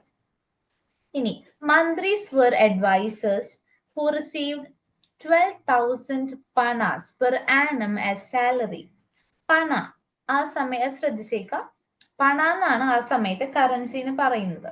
ഓക്കെ, നമ്മുടെ ഇവിടെ മണി എന്ന് പറയുന്നത് പോലെ അവിടുത്തെ ആ സമയത്തെ മണീന് എന്താ പറയാ? പണ. ഇപ്പൊ നമ്മൾ പണം എന്ന് പറയും അല്ലെ? ഏകദേശം കണക്റ്റഡ് വേർഡ് ആണ് പണ. There were 27 departments with 26 Adhyakshas. ഇപ്പൊ നമ്മൾക്ക് എന്തോരം ഡിപ്പാർട്ട്മെന്റ് ഉണ്ട്? അറിയില്ലായിരിക്കും. ഓക്കെ, 27 ഡിപ്പാർട്ട്മെന്റ് ആണ് ആ സമയത്ത് ഉണ്ടായിരുന്നത്. ഇപ്പൊ നമുക്ക് ഡിഫൻസിൽ തന്നെ ഒരുപാട് ഡിപ്പാർട്ട്മെന്റ്സ് ഉണ്ട്. അതേപോലെ എന്താ പറയാ, അഗ്രികൾച്ചർ ഉണ്ട്, വെൽഫെയർ ഉണ്ട്, ഹോം ഉണ്ട്, എല്ലാത്തിനും കൂടെ കുറെ മിനിസ്ട്രീസും ഡിപ്പാർട്ട്മെന്റ്സ് ഉണ്ട്. അതുപോലെ തന്നെ അവിടെ ഉണ്ടായിരുന്നു 27 ഡിപ്പാർട്ട്മെന്റ്സ്. സോ നമ്മളിപ്പോ നോക്കുവാണെങ്കിൽ നമ്മൾ ഇപ്പോഴത്തെ പോലെ എന്നല്ല പറയേണ്ടത്. ആ ഒരു സമ്പ്രദായമാണ് ഇപ്പോഴും നമുക്കുള്ളത്. സോ ഇപ്പൊ നമ്മൾ എന്തോരം ഡെവലപ്ഡ് ആണ്. കറന്റ് സിറ്റുവേഷൻ നോക്കൂ, ഇന്ത്യ എന്തോരം ഡെവലപ്ഡ് ആണ്, എന്തൊക്കെ തരം ഇന്നോവേഷൻസ് ആണ് നടന്നിട്ടുള്ളത്. സോ ആ കാലത്തും നമ്മുടെ അശോകന്റെ കാലത്തും അല്ലെങ്കിൽ മൗര്യൻ പീരീഡിലും ഇത്ര തന്നെ സ്ട്രക്ചേർഡ് ബ്യൂറോക്രസി ഉണ്ടായിരുന്ന ഒരു രാജ്യമായിരുന്നു. സോ അന്ന് നിങ്ങൾ ആലോചിച്ച് നോക്കുക, അത്രയും എബിലിറ്റിയും അത്രയും ഇന്നോവേറ്റീവ് ആയിട്ടുള്ള രാജാക്കന്മാരായിരുന്നു ആ സമയത്ത് ഭരിച്ചിട്ടുണ്ടായിരുന്നത്. ഓക്കെ, ഒരു തരത്തിൽ പറയുകയാണെങ്കിൽ ഇപ്പോഴത്തേക്കാളും അടിപൊളിയായിരുന്നിട്ടുണ്ടാവണം അപ്പോഴത്തെ ഭരണം. The only department without അധ്യക്ഷ was fisheries. Important functionaries are called തീർത്ഥാസ്. ഫങ്ഷണറീസ് ഇപ്പോ ഈ ടേമുകൾ കണ്ടോ നിങ്ങൾ? മന്ത്രി പരിഷത്ത്, തീർത്ഥാസ്, ദെൻ ഇപ്പൊ കുറച്ചും കൂടെ ടേംസ് വേറെ വരും. അങ്ങനത്തെ ടേംസ് ഒക്കെ ജസ്റ്റ് ഒന്ന് നിങ്ങൾ നോക്കി വെച്ചേക്കാം കേട്ടോ. ഈ UPSC ഒരു വൃത്തിയുടെ സ്വഭാവം ഉണ്ട്, ഈ ടേംസ് തന്നിട്ട് ഇതെന്തായിരുന്നു എന്ന് ചോദിക്കും. ഓക്കെ, എന്തായിരുന്നു ചോദിക്കും. ദെൻ ആ സമയത്ത് ചീഫ് ആയിട്ടുള്ള ടാക്സ് കളക്ടർ എന്താണ് നമ്മൾ വിളിച്ചിരുന്ന പേര്? ഹി വാസ് കോൾഡ് സമഹർത്ത. എന്തായിരുന്നു? സമഹർത്ത. കുറച്ചും കൂടെ സംസ്കൃത ആയിട്ടുള്ള ടേംസ് ആണ്. കുറച്ച് ബുദ്ധിമുട്ടുണ്ടാവും നിങ്ങൾക്ക് അത് പഠിക്കാനായിട്ട്. ജസ്റ്റ് ഒന്ന് പഠിക്കുക വേണം, പഠിക്കുക കേട്ടോ. സമഹർത്ത. സമഹർത്ത ആരായിരുന്നു? ആ സമയത്ത് ചീഫ് ടാക്സ് കളക്ടറെയാണ് നമ്മൾ വിളിച്ചിട്ടുണ്ടായിരുന്നത്. അങ്ങനെ. ദെൻ അടുത്ത ആള് നോക്കൂ, സന്നിധാത. സന്നിധാത എന്ന് പറയുന്നത് ചീഫ് ട്രഷറി ഓഫീസർ ആണ്. ഓരോരുത്തർക്കും കാണുമ്പോൾ സിമിലാരിറ്റി തോന്നുമെങ്കിലും സെപ്പറേറ്റ് ഫങ്ഷണറീസ് ആണ് ഇതൊക്കെ. സമഹർത്ത, സന്നിധാത. ഓക്കെ, ഇത് എക്സാമ്പിൾ ഈ രണ്ട് ഓർത്ത് വെച്ചേക്കാം. ഇനി നമ്മൾ നേരത്തെ നോക്കിയത് സെൻട്രൽ അഡ്മിനിസ്ട്രേഷൻ ആണ്. ഏറ്റവും സെൻട്രൽ എന്തൊക്കെയാണ് നടക്കുന്നതെന്നാണ്. ദെൻ ഇനി പ്രൊവിൻഷ്യലിലേക്ക് പോകുമ്പോഴത്തേക്കും ഓരോ സ്റ്റേറ്റ് വൈസ് നോക്കുവാണെങ്കിൽ എങ്ങനെയാണ് ഉണ്ടായിരുന്നത്? Empire was divided into 5 provinces. 5 provinces ആയിട്ട് തിരിച്ചിട്ടുണ്ടായിരുന്നു. ഏതൊക്കെയാണ്? South, east, west, central and Kalinga. ഇത്രയായിട്ടാണ് തിരിച്ചിട്ടുണ്ടായിരുന്നത്.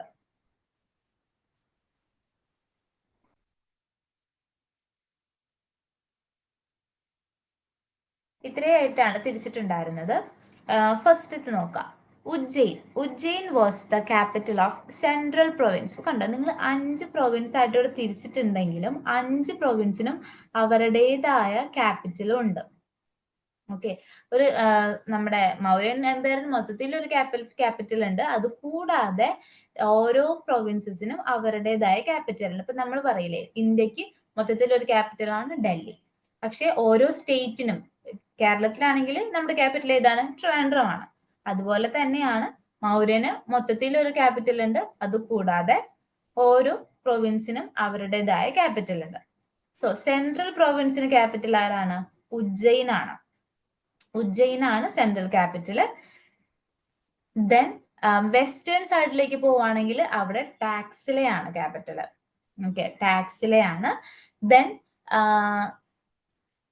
സദേൺ സൈഡിലേക്ക് പോവുകയാണെങ്കിൽ സുവർണഗിരി. സുവർണഗിരി ഏത് റീജിയൻ ആയിരിക്കും? പേര് വെച്ച് നിങ്ങൾക്ക് ഊഹിക്കാമോ? സുവർണഗിരി എവിടെയായിരിക്കും ഏകദേശം?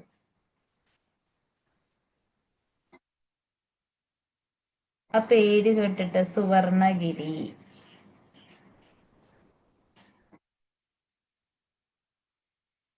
പറ്റില്ല? വേണമെങ്കിൽ ആ പേരൊക്കെ ഒന്ന് ഇംഗ്ലീഷിലേക്ക് ട്രാൻസ്ലേറ്റ് ചെയ്ത് നോക്കി. Okay,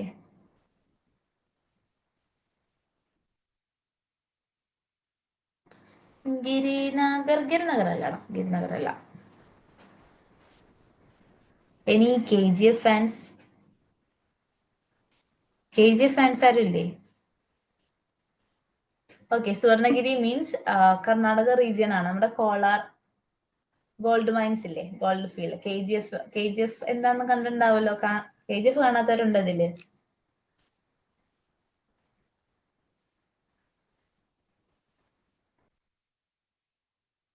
KGF കാണാത്തവരുണ്ടോ?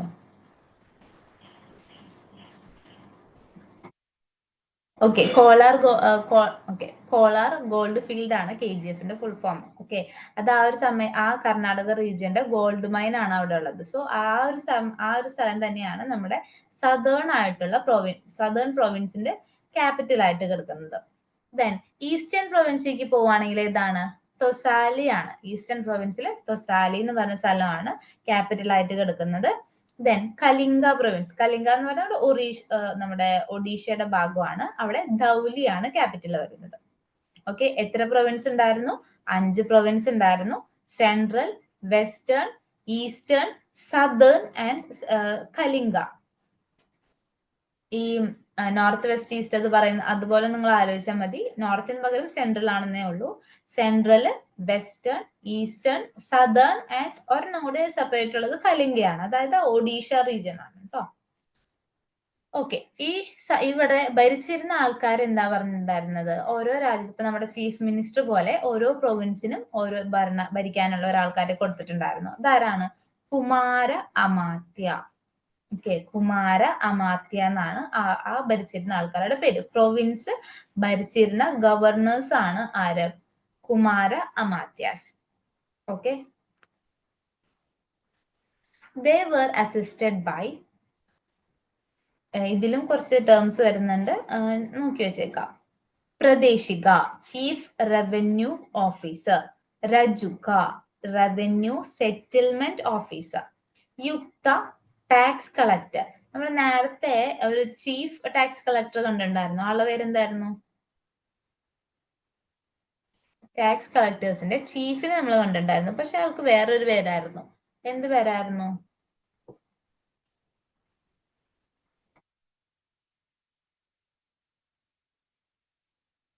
എന്ത് പേരായിരുന്നു?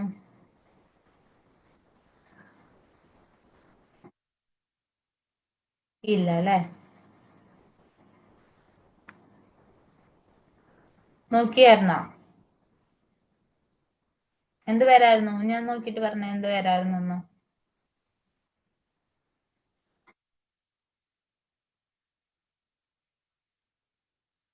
എടാ അറിവിനെ, നീ മലയാളത്തിൽ ടൈപ്പ് ചെയ്തിട്ട് വേറെ എന്തൊക്കെയോ വരുന്നു.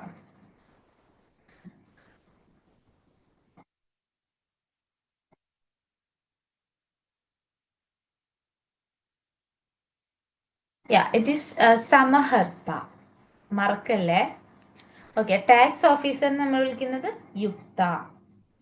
ദെൻ സ്ഥാനിക ആരായിരുന്നു? Was A head of local administration. അതായത് പഞ്ചായത്ത് ലെവൽ അഡ്മിനിസ്ട്രേഷൻ പോലെ ലോക്കൽ ആയിട്ട് പ്രൊവിൻസിനും താഴെ കിടക്കുന്നതാണ് ലോക്കൽ അഡ്മിനിസ്ട്രേഷൻ. അവിടുത്തെ ഹെഡ് ആരായിരുന്നു? സ്ഥാനിക ആയിരുന്നു. ഓക്കെ, സ്ഥാനിക. നമ്മൾ സെൻട്രൽ അഡ്മിനിസ്ട്രേഷനിൽ ആരാണ് ഇമ്പോർട്ടന്റ് ആയിട്ടുള്ളത്? കിങ് ആണ്. പ്രൊവിൻസിലേക്ക് വരുമ്പോൾ അവിടെ കുമാര അമാത്യ. ദെൻ ലോക്കൽ അഡ്മിനിസ്ട്രേഷനിൽ സ്ഥാനിക. ഓക്കെ, ഇത്രയും പഠിച്ചു വെച്ചേക്കാം കേട്ടോ, ആരൊക്കെ എവിടൊക്കെയാണെന്നുള്ളത്. എന്തെങ്കിലും ഡൗട്ട് ഉണ്ടോ ഇത്രയും പറഞ്ഞതില്? നിങ്ങൾക്ക് മനസ്സിലാവുന്നുണ്ടോ? അത് ആദ്യം ചോദിക്കട്ടെ, മനസ്സിലാവുന്നുണ്ടോ പറയണത്? കുറച്ച് വേർഡ്സ് ഒക്കെയാണ് കുറച്ച് കൺഫ്യൂസിംഗ് ആയിട്ട് വരിക. അത് 2-3 വർഷം പഠിച്ചു കഴിയുമ്പോൾ ചിലപ്പോൾ ശരിയാവുമായിരിക്കും. മനസ്സിലാവുന്നുണ്ടോ നിങ്ങൾക്ക് ഇതൊക്കെ പറയുന്നത്?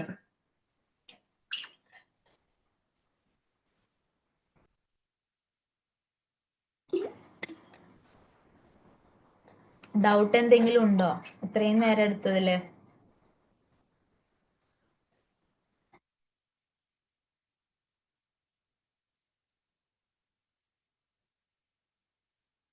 ഓക്കെ, ഇത്രയും സ്പീഡിലാണോ നിങ്ങൾ മറ്റേ ടീച്ചറെ പോയിരുന്നത്? മറ്റേ മാം ഇത്രയും സ്പീഡിൽ തന്നെയാണോ പറഞ്ഞിരുന്നത്, അതോ ഇത് നല്ല സ്ലോ ആയിട്ടാണോ പറഞ്ഞിട്ടുണ്ടായിരുന്നത്? ഞാൻ ഭയങ്കര സ്പീഡിൽ പോകുന്ന പോലെ എനിക്കൊരു ഫീൽ ചെയ്യുന്നു, അതുകൊണ്ടാണ് ചോദിക്കുന്നത്. സ്പീഡ് കൂടുന്നുണ്ടോ?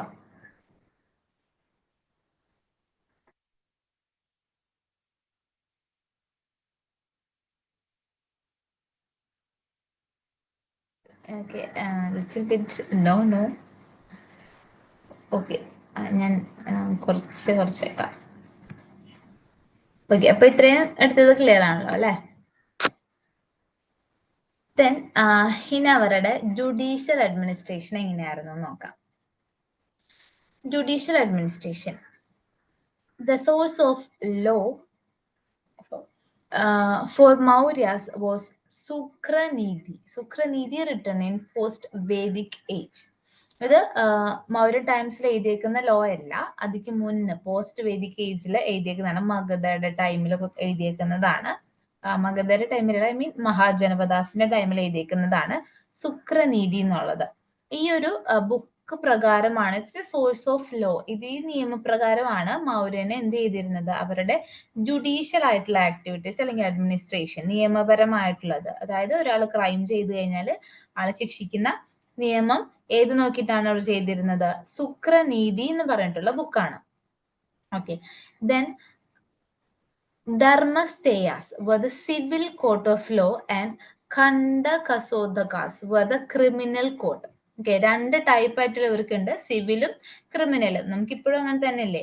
ഇപ്പോഴും ഉണ്ട് എന്ത്, സിവിൽ കോർട്ട് വേറെ, ക്രിമിനൽ കോർട്ട് വേറെ. അതുപോലെ തന്നെയായിരുന്നു അപ്പോഴും. ധർമ്മസത്യസ് ആയിരുന്നു എന്ത്, സിവിലിന്റെ കോർട്ട്. ദെൻ ഖണ്ഡകാസോദകാസ് ആയിരുന്നു ഇത് ക്രിമിനലിന്റെ കോർട്ട്. സോ രണ്ടും സെപ്പറേറ്റ് കോർട്ടാണ്. ദെൻ എമിസറിയാത്ത് എന്ന് പറഞ്ഞ സ്പൈ സിസ്റ്റം അവർക്കുണ്ടായിരുന്നു. അതായത് എഫിഷ്യന്റ് ആയിട്ടുള്ള എസ്പിയനേജ് ആണ്. അതായത് എവിടെയെങ്കിലും രാജ്യത്തിന്റെ എവിടെയെങ്കിലും ഒരു ഭാഗത്ത് രാജാവിനെതിരെ എന്തെങ്കിലും ഒരു കാര്യം നടന്നു കഴിഞ്ഞാൽ അപ്പൊ അത് രാജാവിന്റെ ചെവിയിലെത്തും. കാരണം അത്രയും എഫക്റ്റീവ് ആൻഡ് എഫിഷ്യന്റ് ആയിട്ടുള്ള സ്പൈസ് എന്ന് പറഞ്ഞാൽ എന്താ, എസ്പിയനേജ് സിസ്റ്റം നമ്മൾ എന്താ, എങ്ങനെയാ മലയാളത്തിൽ പറയാ, എന്താ അതിന് പറ്റി പേരെന്താ? എസ്പിയനേജ് ചാരന്മാര്, ചാരന്മാരുണ്ടാവും. അപ്പൊ നമ്മുടെ കൂടെ ചാരൻ നമ്മുടെ കൂടെ നടക്കുന്ന നമ്മുടെ കൂട്ടുകാരായിരിക്കും. ചിലപ്പോൾ നമ്മുടെ കമ്പനി അടിച്ച് രാവിലെ മുതൽ വൈകുന്നേരം വരെ നമ്മൾ കൂടെ നടന്ന് ചായ കുടിക്കാനും ഭക്ഷണം കഴിക്കാനും സിനിമയ്ക്കും ഒക്കെ പോകുന്ന കൂട്ടുകാരന്മാരായിരിക്കും. പക്ഷെ ചിലപ്പോൾ അത് രാജ്യത്തിന് വേണ്ടിയിട്ട് സ്പൈ വർക്ക് ചെയ്യുന്നവരായിരിക്കും, നമുക്ക് അറിയാൻ പോലും പറ്റില്ല. നമ്മുടെ ഇന്ത്യക്കും ഉണ്ട് അങ്ങനെ ഒരു വിങ് ഉണ്ട് നമുക്ക്. ഒരു ഒരു മനുഷ്യന് പോലും മനസ്സിലാവില്ല അവർ ഇന്ത്യക്ക് വേണ്ടി വർക്ക് ചെയ്യുന്ന ഇതേ ഒരു സിസ്റ്റത്തിലുള്ള ആൾക്കാരാണെന്ന്. ഈവൻ ഭിക്ഷക്കാരായിട്ട് പോലും ചിലപ്പോൾ നിൽക്കുന്നുണ്ടായിരിക്കും, നമുക്ക് പറയാനേ പറ്റില്ല. അതുപോലത്തെ ഒരു എഫിഷ്യന്റ് ആയിട്ടുള്ള ഒരു എസ്പിയനേജ് സിസ്റ്റം എവിടെ ഉണ്ടായിരുന്നു? മൗര്യനിലുണ്ടായിരുന്നു. സോ അത് ഏറ്റവും ക്രൂഷ്യൽ ആണ്. കാരണം എന്തെങ്കിലും ഒരു കാര്യം, എന്തെങ്കിലും രാജാവിനെതിരെയോ രാജ്യത്തിനെതിരെയോ എന്തെങ്കിലും ഒരു പ്രവർത്തനം നടന്നു കഴിഞ്ഞാൽ അത് അറ്റ് കോറിൽ എത്തുന്നേക്ക് മുൻപ്, അതെന്തെങ്കിലും നടക്കണേക്ക് മുന്നേ തന്നെ നമുക്കത് ചെറുക്കാനായിട്ട് സാധിക്കും, അത് ഇല്ലാതാക്കാനായിട്ട് സാധിക്കും. The chief royal spy was called, അത് അവർക്ക് വരെ പേരൊക്കെ ഉണ്ട് കേട്ടോ, പതിവേദക എന്നാണ് നമ്മുടെ ചീഫ് റോയൽ സ്പൈ. വലിയൊരു പൊസിഷൻ ആണത്. ഞാൻ രാജ്യത്തിന്റെ ചാരനാണെന്ന് പറയുന്നത് വലിയൊരു പൊസിഷൻ ആയിരുന്നു, ഇപ്പോഴും അതെ കേട്ടോ. Then one who report directly to the king. Then അതെന്താണ് ഇവർ തമ്മിലുള്ള ഡിഫറൻസ്? ചീഫ് ആവാനുള്ള കാരണം എന്താണ്? ബാക്കിയുള്ളവരൊക്കെ ഈ അവർക്ക് എന്തെങ്കിലും കിട്ടുന്ന ഇൻഫർമേഷൻസ് വന്ന് പറയുന്നത് ഈ ചീഫിനോടാണ്. ഈ ചീഫിന് മാത്രമാണ് ഡയറക്ട്ലി കിങ്ങിനോട് സംസാരിക്കാനായിട്ടുള്ള അനുവാദമുള്ളൂ. എല്ലാ സ്പൈസിനും അതുപോലെ ഡയറക്റ്റ് ആയിട്ട് സംസാരിക്കാൻ പറ്റില്ല. അതുകൊണ്ടാണ് അവിടെ ഒരു ചീഫ് ഉള്ളത്. And other spies were called ഗുണ്ടപുരുഷ ആൻഡ് ദെൻ പതിവേദക. അവരുടെ ചീഫാണ് പതിവേദക. ഓക്കെ, ക്ലിയർ ആണോ?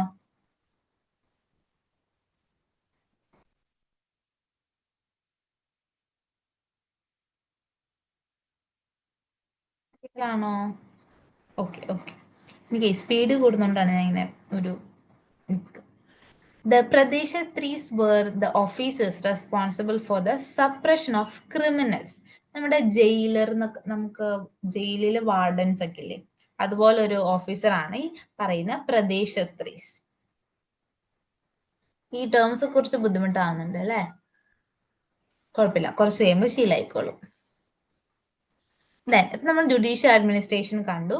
ആദ്യം നമ്മൾ എന്ത് കണ്ടു? സെൻട്രൽ അഡ്മിനിസ്ട്രേഷൻ കണ്ടു, ദെൻ പ്രൊവിൻഷ്യൽ അഡ്മിനിസ്ട്രേഷൻ കണ്ടു, ദെൻ ജുഡീഷ്യൽ കണ്ടു.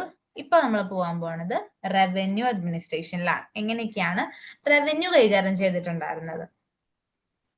The state appointed 27 adhyaksas, mostly to regulate economic activities of the state. അപ്പൊ നമുക്ക് ഇപ്പോഴും നോക്കിയാൽ കാണാം, രാജ്യത്തിലെ ഏറ്റവും കൂടുതൽ ഡിപ്പാർട്ട്മെന്റ്സും ഏറ്റവും കൂടുതൽ ഫംഗ്ഷണറീസും ഉള്ളത് എവിടെയായിരിക്കും? ഇക്കണോമിക് ഡിപ്പാർട്ട്മെന്റിലായിരിക്കും, ഫിനാൻഷ്യൽ ഡിപ്പാർട്ട്മെന്റിലായിരിക്കും. എന്തുകൊണ്ടാണ്? ഏറ്റവും ഇമ്പോർട്ടന്റ് ആയിട്ടുള്ള സോഴ്സ് എന്തിനായാലും നമുക്ക് വെൽത്ത് ആണ് ഇമ്പോർട്ടന്റ് അല്ലെ? അതിന് കൂടുതൽ ആൾക്കാരെയും ഓഫീസേഴ്സിനെയും നിയമിക്കും. They controlled and regulate agriculture, trade, commerce, weight and measures, craft such as weaving and spinning, mining, etc. എല്ലാം എക്കോണമിയുമായി ബന്ധപ്പെട്ട കാര്യങ്ങളാണ് അല്ലെ? നോക്കി അഗ്രികൾച്ചർ ഇല്ലാണ്ട് ഒരു രാജ്യത്തിന് നിലനിൽക്കാൻ പോലും പറ്റത്തില്ല. എല്ലാ എക്കണോമിക് ആക്ടിവിറ്റീസും ആരാണ് കൺട്രോൾ ചെയ്തിട്ടുണ്ടായിരുന്നത്? ഈ ഒരു റവന്യൂ ഡിപ്പാർട്ട്മെന്റ് ആണ്. Land revenues were the major source of income. അത് എല്ലാ കിങ്ഡംസിലും ഏത് തന്നെയാണ് മേജർ ഇൻകം? ലാൻഡ് റവന്യൂ തന്നെയാണ്.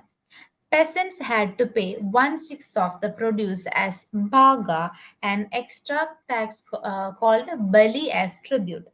നമ്മൾ വേദിക് റീജിയൻസിലാണ് നമ്മൾ ഈ ബലി എന്നുള്ള ടേം ആദ്യമായിട്ട് കാണുന്നത്.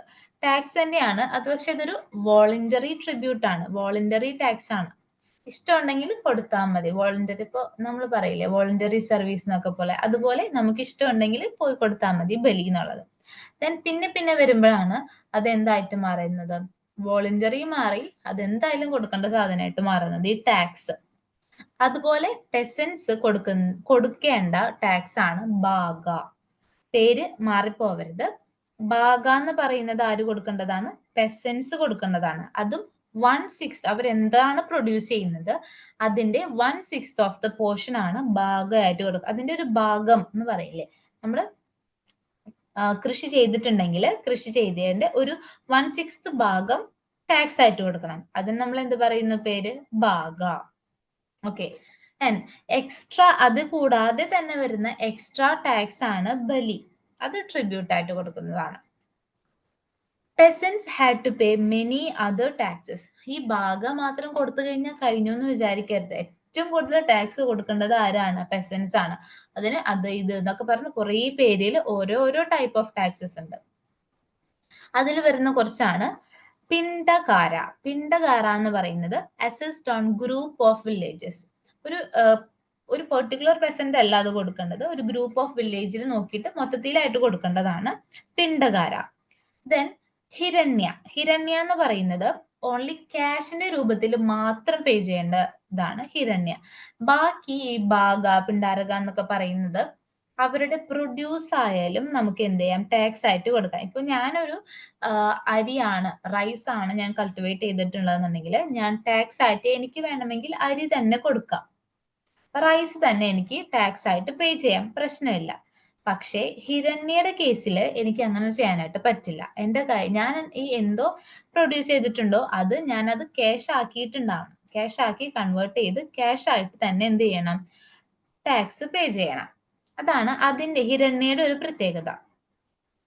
ഓക്കെ, പിണ്ടാരക എന്താന്ന് മനസ്സിലായല്ലോ, ഹിരണ്യ എന്താന്ന് മനസ്സിലായല്ലോ. ദെൻ പിന്നെ വരുന്നതാണ് കാര. കാര എന്ന് പറയുന്നത് levied on fruits and flower gardens. ബാക്കിയുള്ള കൾട്ടിവേഷനേക്കാളും ഡിഫറെന്റ് ആയിട്ട് എവിടെയാണ്? ഫ്രൂട്ട്സിലും ഫ്ലവർ ഗാർഡൻസിലും ഒക്കെ ലെവി ചെയ്യുന്ന ടാക്സ് ആണ് കാര എന്ന് പറയുന്നത്. ഇതിലിപ്പോ നമ്മൾ 5 ടാക്സിന്റെ പേര് പറഞ്ഞു. ഏതൊക്കെയായിരുന്നു 5 ടാക്സിന്റെ പേര്?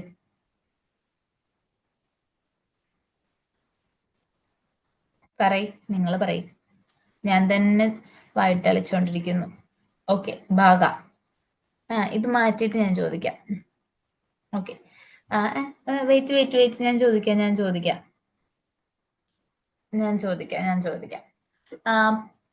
ക്യാഷ് ആയിട്ട് മാത്രം പേ ചെയ്യാൻ പറ്റുന്ന ടാക്സ് ഏതാ? ക്യാഷ് ആയിട്ട് മാത്രം പേ ചെയ്യാൻ പാടുള്ള ടാക്സ്.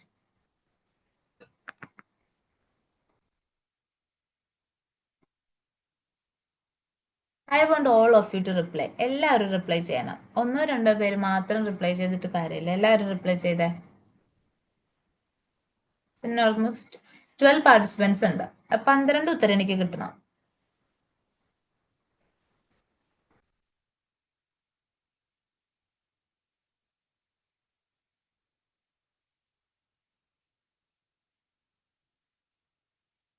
കഴിഞ്ഞോ? ബാക്കിയുള്ളവരവിടെ പോയി.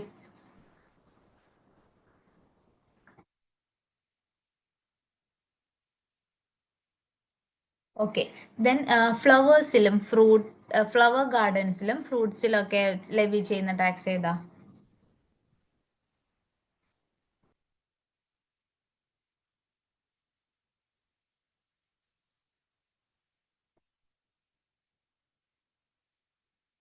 ഓക്കെ. ദെൻ നമ്മൾ എക്സ്ട്രാ ട്രിബ്യൂട്ട് ആയിട്ട് കൊടുക്കുന്ന ടാക്സ്? എക്സ്ട്രാ ട്രിബ്യൂട്ട് ആയിട്ട് കൊടുക്കുന്നത്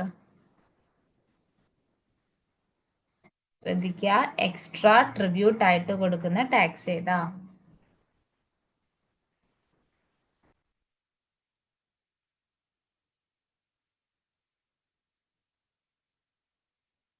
extra tribute, I repeat, extra tribute ആയിട്ട് കൊടുക്കുന്ന ടാക്സ് ഇസ് ബലി. പിണ്ടകാരയല്ല, ബലിയാണ്. ഓക്കെ. പിണ്ടകാര എന്തായിരുന്നു? അതൊരു ഗ്രൂപ്പ് ഓഫ് വില്ലേജിന് മേലെ ചുമത്തുന്നതാണ് പിണ്ടകാര. ദെൻ ബാഗ ടാക്സിന്റെ പ്രത്യേകത എന്തായിരുന്നു? എത്ര എമൗണ്ട് ആണ്, എന്തോരം പോർഷൻ ആണ് കൊടുക്കേണ്ടത് ബാഗ ടാക്സ് ആയിട്ട്?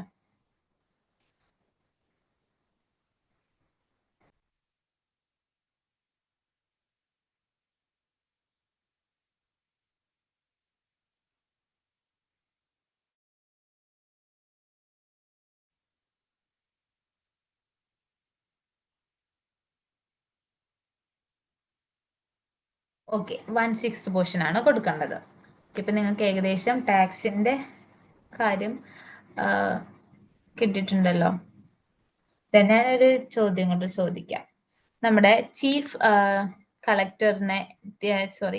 ടാക്സ് കളക്ടറിനെ പറയുന്ന പേരെന്താ? ചീഫ് ടാക്സ് കളക്ടറിനെ പറയുന്ന പേരെന്തായിരുന്നു?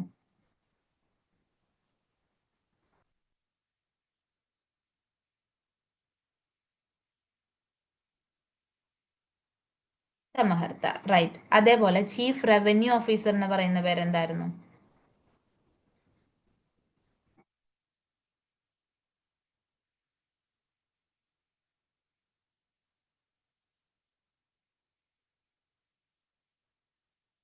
സന്നിധാത, കറക്റ്റ്.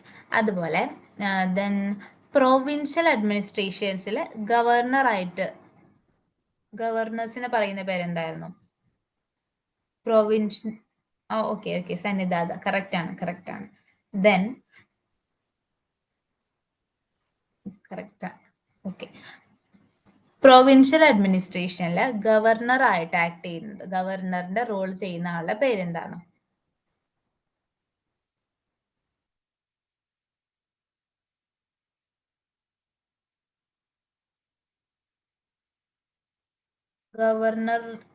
ഗവർണറായിട്ട് പറയുന്ന പേരെന്താ ഗവർണറിനെ?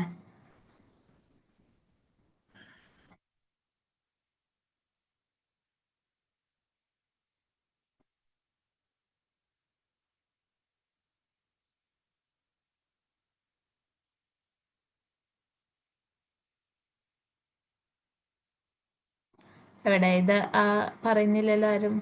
ഒരാൾ മാത്രം. ഇറ്റ്സ് കുമാര മാത്യാസ്, കറക്റ്റ് ആണ്. Then lastly one question. Local അഡ്മിനിസ്ട്രേഷനിലെ ഹെഡ് ആരാണ്? ലോക്കൽ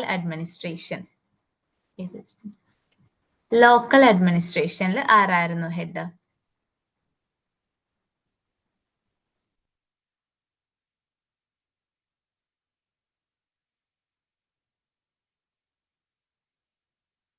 Yeah, it is സ്ഥാനിക. കറക്റ്റ് ആണ്. ഓക്കെ. പിന്നെ ഇനി നമുക്ക് നെക്സ്റ്റ് പോയാലോ? ബ്രേക്ക് വേണോ? കുറച്ച് ഒരു 5 minutes ബ്രേക്ക് എടുത്താലോ?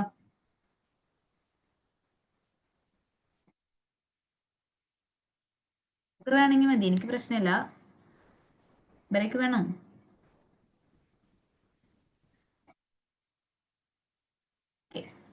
സോ ഇപ്പോ 5:03 ആയിട്ടുണ്ട്.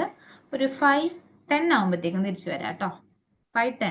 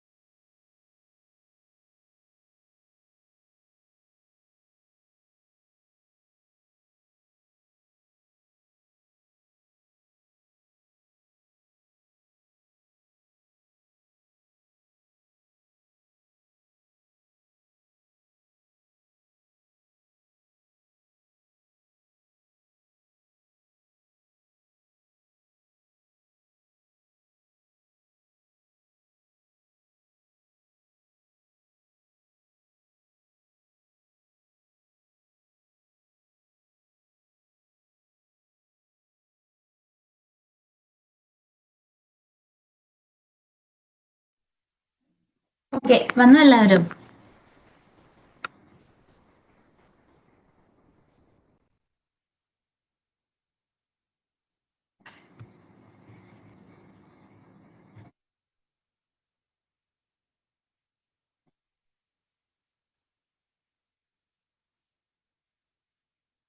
ഞാനല്ലേ വൈകിയത്, നിങ്ങൾ വരാത്ത വന്നു.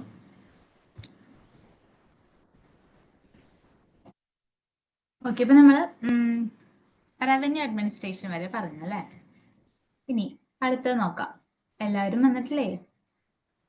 3 പേര് AC കിട്ടുള്ളല്ലോ. ഓക്കെ, പിന്നെ അയ്യോ, റവന്യൂ അഡ്മിനിസ്ട്രേഷൻ കുറച്ചും കൂടെ ഉണ്ടായിരുന്നു. The class of officials who collected a land tax were called agronomoi. മെഗസ്തനീസിന്റെ ഇന്ത്യക്ക എന്നുള്ള ബുക്ക് കേട്ടിട്ടുണ്ടോ നിങ്ങൾ? അതായത് മൗര്യന്റെ കാലഘട്ടത്തിൽ ഇന്ത്യ വിസിറ്റ് ചെയ്തിട്ടുള്ള ഒരാളാണ്, ഫോറിനർ ആണ് മെഗസ്തനീസ്. സോ ആളുടെ ഒരു ബുക്കാണ് ഇന്ത്യക്ക എന്നുള്ളത്, അതായത് ഇന്ത്യനെ കുറിച്ചിട്ടുള്ള വിവരങ്ങൾ രേഖപ്പെടുത്തിയിട്ടുള്ള ബുക്ക്. സോ അതിൽ നിന്നിട്ട് നമുക്ക് കിട്ടിയിട്ടുള്ളതാണ് ആ സമയത്ത് ലാൻഡ് ടാക്സ് കളക്ട് ചെയ്തിട്ടുണ്ടായിരുന്ന ഒരു ഒഫീഷ്യൽ ആണ് എന്ത്, അഗ്രനോമോയ് എന്നാണ് ആളുടെ പേര്. However, there is no reference in any text of taking away the land of farmers in case of non-payment of tax. ഇപ്പൊ നമ്മൾ ചെയ്യുന്നില്ലേ, ലോൺ എടുത്തു കഴിഞ്ഞാൽ തിരിച്ചടച്ചില്ലെങ്കിൽ എന്ത് ചെയ്യും? വീടോ ലാൻഡോ എന്തായാലും അത് ജപ്തി ചെയ്ത് ബാങ്ക് അത് കൺഫിസ്കേറ്റ് ചെയ്യുന്നത്. പക്ഷെ ഇങ്ങനെ ഒരു റെഫറൻസ് എവിടെയും നമുക്ക് കിട്ടിയിട്ടില്ല. മൗര്യൻ അഡ്മിനിസ്ട്രേഷനിൽ ഇങ്ങനെ ഒരു പ്രൊസീജിയർ ഉണ്ടായിരുന്നതായിട്ട് എവിടെയും നമുക്ക് കിട്ടിയിട്ടില്ല, റെഫറൻസ് കിട്ടിയിട്ടില്ല. അതുകൊണ്ട് തന്നെ അങ്ങനത്തെ പ്രാക്ടീസ് ഉണ്ടായിരുന്നിട്ടില്ല എന്ന് വേണമെങ്കിൽ നമുക്ക് വിചാരിക്കാം. ടാക്സ് പേ ചെയ്യാൻ പറ്റിയിട്ടില്ല എന്നുണ്ടെങ്കിലും ചിലപ്പോൾ വേറെ എന്തെങ്കിലും എക്സെപ്ഷൻ ചിലപ്പോൾ കൊടുത്തിട്ടുണ്ടാവാം.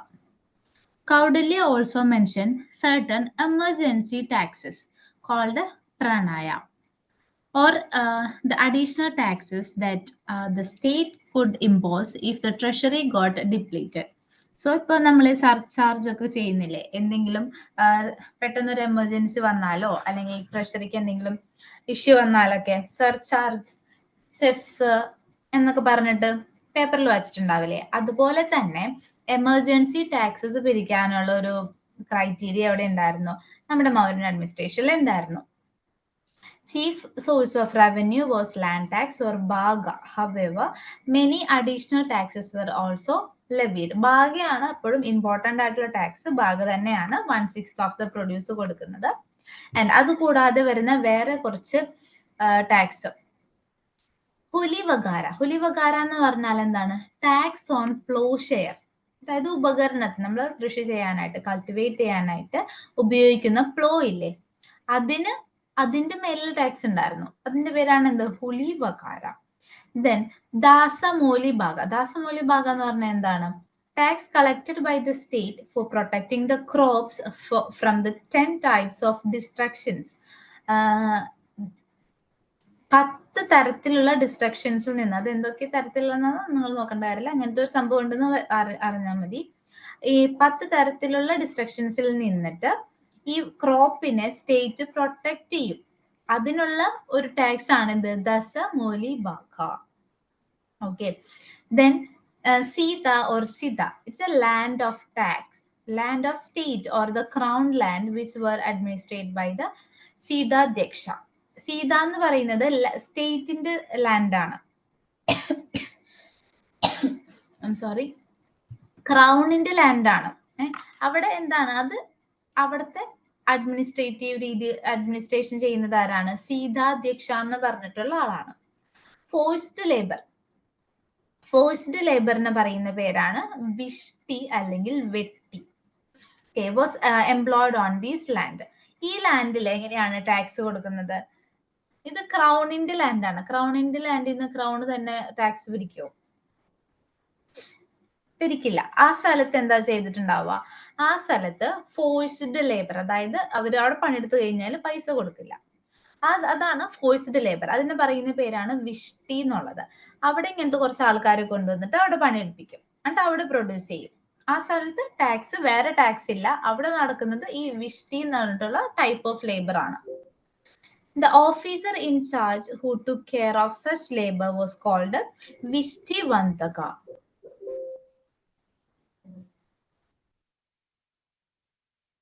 വിഷ്ടിവന്തക എന്ന് പറയുന്നിട്ടുള്ള ഓഫീസറാണ് അവിടുത്തെ ഇൻചാർജ് ഇങ്ങനത്തെ ലേബേഴ്സിനെ നോക്കുന്നത്. നിങ്ങൾ ആ പേരായിട്ടാണ് കണക്ട് ചെയ്ത് നോക്കിയാൽ മതി. വിഷ്ടിവന്തക. ഓക്കെ. സീതാധ്യക്ഷ. കണ്ടോ, ചില പേരുകൾ അങ്ങനെ കണക്റ്റഡ് ആയിരിക്കും, ചില പേരുകൾക്ക് ഒരു ബന്ധം ഉണ്ടാവില്ല. അങ്ങനത്തെ അല്ല, ഇങ്ങനത്തെ നോക്കുക. വിഷ്ടി, അത് നോക്കുന്ന ഓഫീസർ വിഷ്ടിവന്തക. പേരിനോട് തന്നെ എന്താണ് സിമിലാരിറ്റി ഉണ്ട്. ഇത്രയാണ് നമ്മുടെ അവിടുത്തെ റവന്യൂ സിസ്റ്റം. ഇപ്പൊ ഇതിൽ മെയിൻ ആയിട്ടുള്ളത് ഈ ടാക്സുകൾ തന്നെയാണ്. ടാക്സിന്റെ ഒരു പേര് നോക്കാം: ബലി, ഭാഗ, പിണ്ടകാര, ഹിരണ്യ. ഇത് തമ്മിലുള്ള ഡിഫറൻസ് ആൻഡ് ഇമ്പോർട്ടന്റ് ആണ്. ഫോഴ്സ്ഡ് ലേബർ എന്താണെന്നുള്ളത്. വിഷ്ടി പല പ്രാവശ്യം റിപ്പീറ്റ് ചെയ്ത് UPSC ചോദിച്ചിട്ടുള്ളതാണ്. വാട്ട് ഈസ് വിഷ്ടി, വൃഷ്ടി? ഓക്കെ. ദെൻ അവിടുത്തെ ഗിൽഡ് സിസ്റ്റം. ഗിൽഡ് സിസ്റ്റം എങ്ങനെയായിരുന്നു? ശ്രേണീസ് were the guild of craftsmen and merchants. Guild എന്നോട് ഉദ്ദേശിക്കുന്നത് എന്താണ്? നമ്മുടെ ഇപ്പോഴത്തെ യൂണിയൻസ് ഒക്കെ ഇല്ലേ, യൂണിയൻസ് പോലത്തെ അവരുടെ ഒരു ഗ്രൂപ്പ് ഓഫ് ക്രാഫ്റ്റ്മാൻ അല്ലെങ്കിൽ മെർച്ചൻസിന് അതിനെ പറയുന്നതാണ് ഗിൽഡ്, അല്ലെങ്കിൽ അതിന് പറയുന്ന പേരാണ് ശ്രേണി എന്നുള്ളത്. ഓക്കെ. ഇപ്പൊ നമ്മുടെ ഇവിടെ എക്സാമ്പിൾ ആയിട്ട് പറയുകയാണെങ്കിൽ ടീച്ചേഴ്സ് അസോസിയേഷൻ എന്ന് പറയില്ലേ, അതുപോലെയാണ് ശ്രേണികൾ. മെർച്ചൻസിന്റെ ശ്രേണി, അതായത് അവരുടെ ഒരു അസോസിയേഷൻ ആണ് ഈ പറയുന്ന ശ്രേണി. All traders were classified into different ശ്രേണീസ് headed by ശ്രേണി. ഈ ശ്രേണീസിന്റെ ഹെഡ് ആരാണ്? ശ്രേണിൻ. കണ്ടോ, ഇങ്ങനത്തെ പേരുകളൊക്കെ നമുക്ക് ഓർത്ത് വെക്കാനായിട്ട് എളുപ്പമായിരിക്കും. ശ്രേണിയുടെ head ശ്രേണിൻ. Each of these guild was guided by a set of regulations and norms. അപ്പൊ എല്ലാ സ്ഥലത്തും ഉള്ള പോലെ തന്നെ ഈ ഒരു പെർട്ടിക്കുലർ ശ്രേണികൾക്കും അല്ലെങ്കിൽ ഗിൽഡുകൾക്കും എന്തുണ്ട്? അവരുടേതായിട്ടുള്ള റെഗുലേഷൻസും റൂൾസും ഒക്കെ ഉണ്ടായിരിക്കും. ദെൻ അതിനെ പറയുന്നതാണ് ശ്രേണി ധർമ്മ. ശ്രേണി ധർമ്മ was the code of conduct of guild. അപ്പോൾ ഓരോ നമ്മുടെ അസോസിയേഷൻസിൽ അവരുടേതായിട്ടുള്ള കോഡ് ഓഫ് കണ്ടക്ട് ഉണ്ടായിരിക്കും. ഇപ്പോൾ ജഡ്ജി, നിങ്ങൾ കോടതിയിലെ കണ്ടിട്ടില്ലേ കോഡ് ഓഫ് കണ്ടക്ട്? അതുപോലെ പാർലമെന്റിൽ, അതുപോലെ തന്നെയാണ് ഇവിടെയും എന്തുണ്ട്? കോഡ് ഓഫ് കണ്ടക്ട് ഉണ്ട്. അതിനെ പറയുന്ന പേരാണ് ശ്രേണി ധർമ്മ. Except for the guild of Padaliputra, other guild issued private currencies. So ഇത് എന്താണ്? പാടലിപുത്ര എന്ന് പറഞ്ഞാൽ നമ്മുടെ മൗര്യന്റെ ക്യാപിറ്റൽ ആണ്. അവിടുത്തെ ഗിൽഡുകൾക്ക് ഒഴിച്ച് ബാക്കി എല്ലാ ഗിൽഡുകൾക്കും അവരുടേതായിട്ടുള്ള പ്രൈവറ്റ് കറൻസീസ് ഉണ്ടായിരുന്നു. സോ എന്തുകൊണ്ടായിരിക്കും പാടലിപുത്രയിൽ ഉണ്ടാവാത്തത്? Because that is a capital of Maurya. So അവിടെ എന്താണ്? ഒഫീഷ്യൽ ക്രൗണിന്റെ കറൻസി മാത്രമേ യൂസ് ചെയ്യാൻ പറ്റുള്ളൂ. മറ്റുള്ളിടത്ത് എന്താ വേണമെങ്കിൽ പ്രൈവറ്റ് കറൻസീസ് യൂസ് ചെയ്യാം. ഇതാണ് ഗിൽഡ് സിസ്റ്റം. ശ്രേണി ധർമ്മ, അത് കോഡ് ഓഫ് കണ്ടക്ട് ആണ്. ഇത്രയും കാര്യങ്ങൾ നോക്കി വെച്ചേക്കാം. ദെൻ എങ്ങനെയായിരുന്നു അവിടുത്തെ എക്സ്ചേഞ്ച്? മോഡ് ഓഫ് എക്സ്ചേഞ്ച് ഏത് തരത്തിലായിരുന്നു? കറൻസി സിസ്റ്റം എങ്ങനെയായിരുന്നു നോക്കാം. ഇന്നത്തെ പോലത്തെ 100, 200, 500 ഒക്കെ നോട്ടാണോ ആ സമയത്ത് ഉണ്ടാവുക? ആയിരിക്കോ? അല്ല. അപ്പൊ എങ്ങനത്തെ ആയിരിക്കും? എന്തായിരിക്കും use ചെയ്തിട്ടുണ്ടാവുക?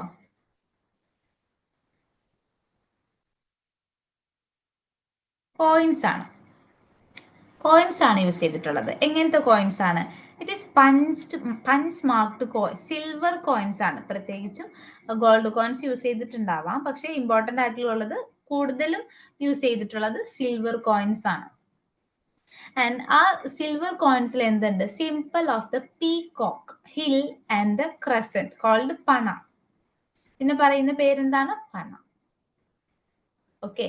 Form the imperial currency. ഇപ്പോൾ ഇങ്ങനത്തെ എന്തെങ്കിലും സിമ്പിള്, പീകോക്കോ ഹില്ലോ ക്രസന്റോ ഇതൊക്കെ കണ്ടു കഴിഞ്ഞാൽ എന്താണ്? അത് ഇമ്പീരിയൽ കറൻസി ആണെന്ന് അപ്പൊ തന്നെ മനസ്സിലാക്കണം.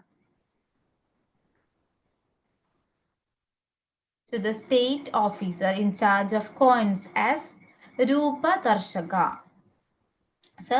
രൂപ, കണ്ടോ? രൂപ, നമുക്കിപ്പോഴും രൂപ തന്നെയാണ് പറയുന്നത്. രൂപ എന്തിനുള്ള? രൂപദർശക, അത് എന്തിനുള്ള ഓഫീസറാണ്? ഈ കോയിനേജിന്റെ സർചാർജ് ആണ്, ഇൻചാർജ് ആയിട്ടുള്ള ഓഫീസറാണ് രൂപദർശക. ഓക്കെ.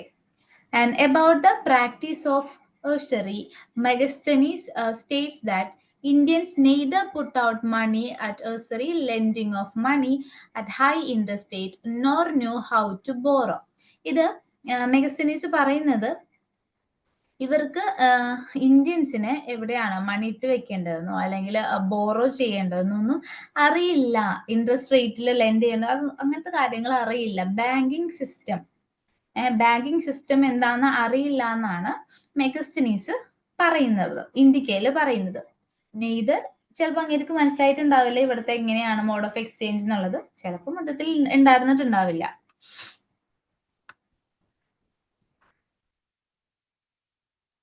അവിടുത്തെ കമ്മ്യൂണിക്കേഷൻ എങ്ങനെയായിരുന്നു കമ്മ്യൂണിക്കേഷൻ നടന്നിട്ടുണ്ടായിരുന്നത്? Most important highway was from Pataliputra to Taxila. Highway ഉണ്ടായിരുന്നു. Then Ujjain to Kanyakumari was called ദക്ഷിണ വർദ്ധ മാർഗ. ദക്ഷിണം സൗത്തിലേക്ക് പോകുന്നതുകൊണ്ടാണ് ദക്ഷിണ വർദ്ധ മാർഗ എന്ന് ആ പേര് വന്നേക്കുന്നത്. സോ ഉജ്ജയിൻ ടു കന്യാകുമാരി ആണ്. And Ujjain was the nodal point of all communication and transport system. ഇതൊക്കെ റെഗുലേറ്റ് ചെയ്തിരുന്നത് ഒരു നോഡൽ പോയിന്റ് ഏതാണ്? ഉജ്ജയിൻ ആണ്.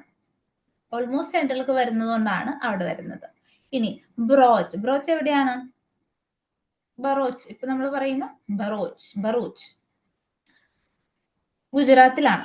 ഇപ്പോഴത്തെ പ്രസന്റ് ഗുജറാത്തിലാണ്. സോ അതൊരു ഇമ്പോർട്ടന്റ് വെസ്റ്റ് സൈഡിലുള്ള ഒരു ഇമ്പോർട്ടന്റ് സിറ്റി ആയിരുന്നു ബറൂച്ച് വരുന്നത്. സോ ആ സമയത്ത് എന്തൊക്കെയാണ് പേരുണ്ടായിരുന്നത് അതിന്? ബാറു കച്ച ഓർ ബെരിഗാസ, പല പേരുണ്ട്. Then Tamralipti was most important port on east coast. Okay, അങ്ങനെ ഓരോ സൈഡിലും ഇമ്പോർട്ടന്റ് ആയിട്ടുള്ള സ്ഥലങ്ങളാണ്. പാടലിപുത്ര ടു ടാക്സിലെ ഒരു ഹൈവേ ഉണ്ടായിരുന്നു. ദക്ഷിണ വാർത്തയിൽ എവിടുന്നാണ്? ഉജ്ജയിൻ ടു കന്യാകുമാരി ഒരു ഹൈവേ ഉണ്ടായിരുന്നു. ഉജ്ജയിൻ ആയിരുന്നു ഏറ്റവും ഇമ്പോർട്ടന്റ് ആയിട്ടുള്ള നോഡൽ പോയിന്റ്. ദെൻ വെസ്റ്റേൺ സൈഡിൽ ബറൂച്ച് ആയിരുന്നു ഒരു ഇമ്പോർട്ടന്റ് ആയിട്ടുള്ള ഒരു സിറ്റി വരുന്നത്. ദെൻ ഇപ്പോഴത്തെ ഈസ്റ്റേൺ സൈഡിൽ തമ്രലിപ്തി ആയിരുന്നു ഇമ്പോർട്ടന്റ് ആയിട്ടുള്ള ഒരു പോർട്ട് എന്ന് പറയുന്നത്. രണ്ടും കോസ്റ്റേൺ റീജിയൻസിലായതുകൊണ്ടാണ് ഇമ്പോർട്ടന്റ് ആയിട്ടുള്ള പോർട്ടായിട്ട് അത് വരുന്നത്. ദെൻ ഓക്കെ, ഇത്രയും മനസ്സിലായോ? കമ്മ്യൂണിക്കേഷനും കറൻസി സിസ്റ്റം എന്താന്ന്?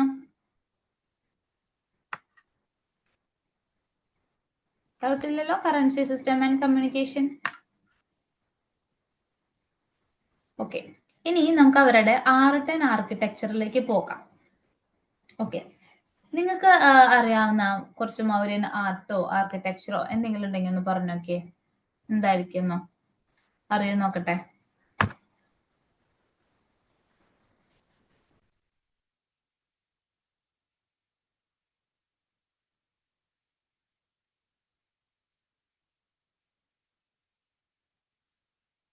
എന്തെങ്കിലും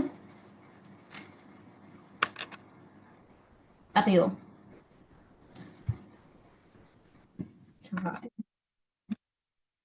ഞാൻ തന്നെ പറഞ്ഞു പോവാം. King Ashoka patronised the Shraman tradition in the 3rd century BC. ഈ ശ്രാമൺ ട്രഡീഷൻ എന്ന് വെച്ചാൽ എന്താണെന്നറിയാമോ? ശ്രാമൺ ട്രഡീഷൻ എന്ന് പറഞ്ഞാൽ നമ്മുടെ ഇന്ത്യൻ റിലീജിയസ് മൂവ്മെന്റ് തന്നെയാണ്. വേദിക് റിലീജിയൻ അല്ലാതെ വരുന്ന, അതായത് മേജർ ആയിട്ട് ഹിന്ദുയിസം അല്ലാതെ വരുന്ന റിലീജിയൻസ്, ബുദ്ധിസം, ജൈനിസം, അജീവികാസ്, ഇവിടെ എഴുതി വെച്ചിട്ടുണ്ട്, ഇവരൊക്കെയാണ് ശ്രാമണ ട്രഡീഷൻസ് വരുന്നത്. The Shraman tradition refers to the several Indian religious movements parallel to but separate from the historical Vedic religion. It includes Jainism, Buddhism, and others such as Ajivikas and Karvakas. The religious practices had many dimensions during this period. Worship of yakshas and mother goddess was prevalent during that time. യക്ഷ നിങ്ങൾ I mean most of you guys are Christians. So യക്ഷ എന്നുള്ളത് അമ്പലങ്ങളിൽ ടെമ്പിൾസിൽ കാണുന്ന ഒരു type of Idol ആണ്, അല്ലെങ്കിൽ deity ആണ് യക്ഷ, യക്ഷിണി എന്നൊക്കെ പറയുന്നത്. സോ ഇതിന്റെയൊക്കെ വർഷിപ്പ് സ്റ്റാർട്ട് ചെയ്യുന്നതും അതിന് കൂടുതൽ ഡയമെൻഷൻസ് ഉണ്ടാവുന്നതും ഈ ഒരു സമയത്താണ്, മൗര്യൻ സമയത്താണ്. Yaksha worship was very popular and after the advent of Buddhism, before and after the advent of Buddhism, and it was assimilated within Buddhism and Jainism. So ബുദ്ധിസത്തിന് മുൻപും എന്തുണ്ടായിരുന്നു? യക്ഷ വർഷിപ്പ് ഉണ്ടായിരുന്നു. പക്ഷേ ബുദ്ധിസം ജൈനിസം വന്നപ്പോഴത്തേക്കും ഈ യക്ഷ എന്ന് പറഞ്ഞിട്ടുള്ള ഒരു കൺസെപ്റ്റ് ഇവരോട് കൂടിയിട്ട് എന്ത് ചെയ്യാൻ തുടങ്ങി? കൂടിച്ചേരാൻ തുടങ്ങി. ഇപ്പൊ ബുദ്ധിസത്തിലായാലും കൈൻഡ് ഓഫ് യക്ഷ കൺസെപ്റ്റ് ഇപ്പോ ഉണ്ട്. ആദ്യം ഉണ്ടായിരുന്നില്ല. ദെൻ ഗ്രാജുവലി ആണ് ഈ ഒരു സാധനം ഉണ്ടായി കൂടിച്ചേർന്ന് വന്നത്, ബുദ്ധിസത്തിലായാലും ജൈനിസത്തിലായാലും. Then classification of Mauryan art and architecture. Mauryan architecture can be divided into court act and popular act. രണ്ട് തരത്തിൽ നമുക്ക് തിരിക്കാം. കോർട്ട് ആക്ടിൽ എന്തൊക്കെ പറയാം? പാലസസ്, അതുപോലെ പില്ലേഴ്സ്, സ്തൂപ. സ്തൂപ എന്താ? സ്തൂപ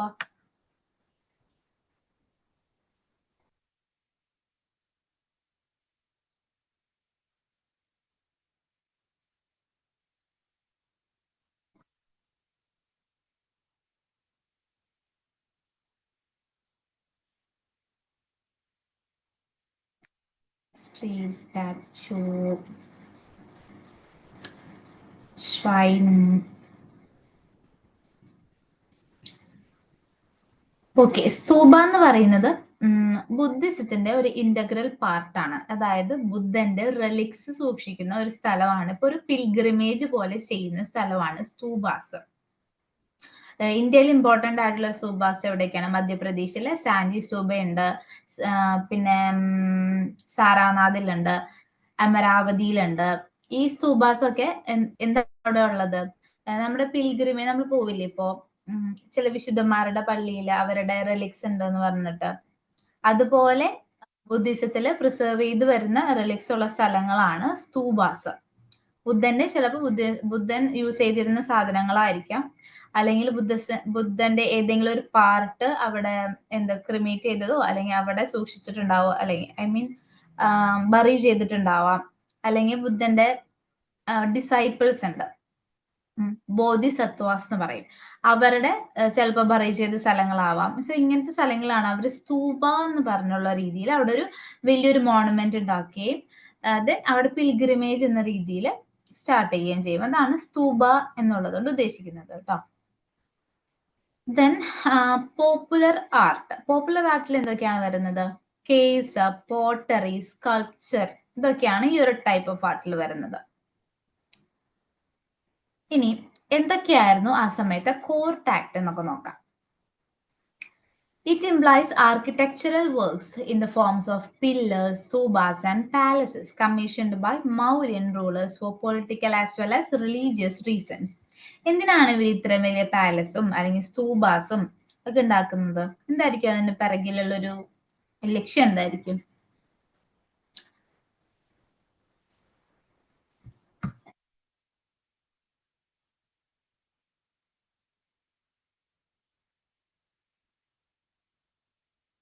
എന്തായിരിക്കും?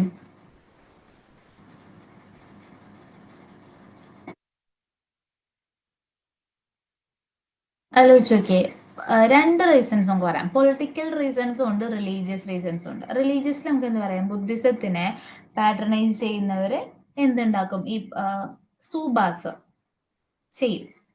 നമ്മൾ അമ്പലങ്ങൾ പണിയുന്നത് പോലെ, ദൈവങ്ങൾക്ക് വേണ്ടിയിട്ട് അമ്പലങ്ങൾ പണിയുന്നത് കേട്ടിട്ടില്ലേ? അതുപോലെയാണ് സ്തൂപാസ് നിർമ്മിക്കുക. അതാണ് റിലീജിയസ് റീസൺ. പൊളിറ്റിക്കൽ റീസൺ എന്തായിരിക്കും? പൊളിറ്റിക്കലായിട്ട്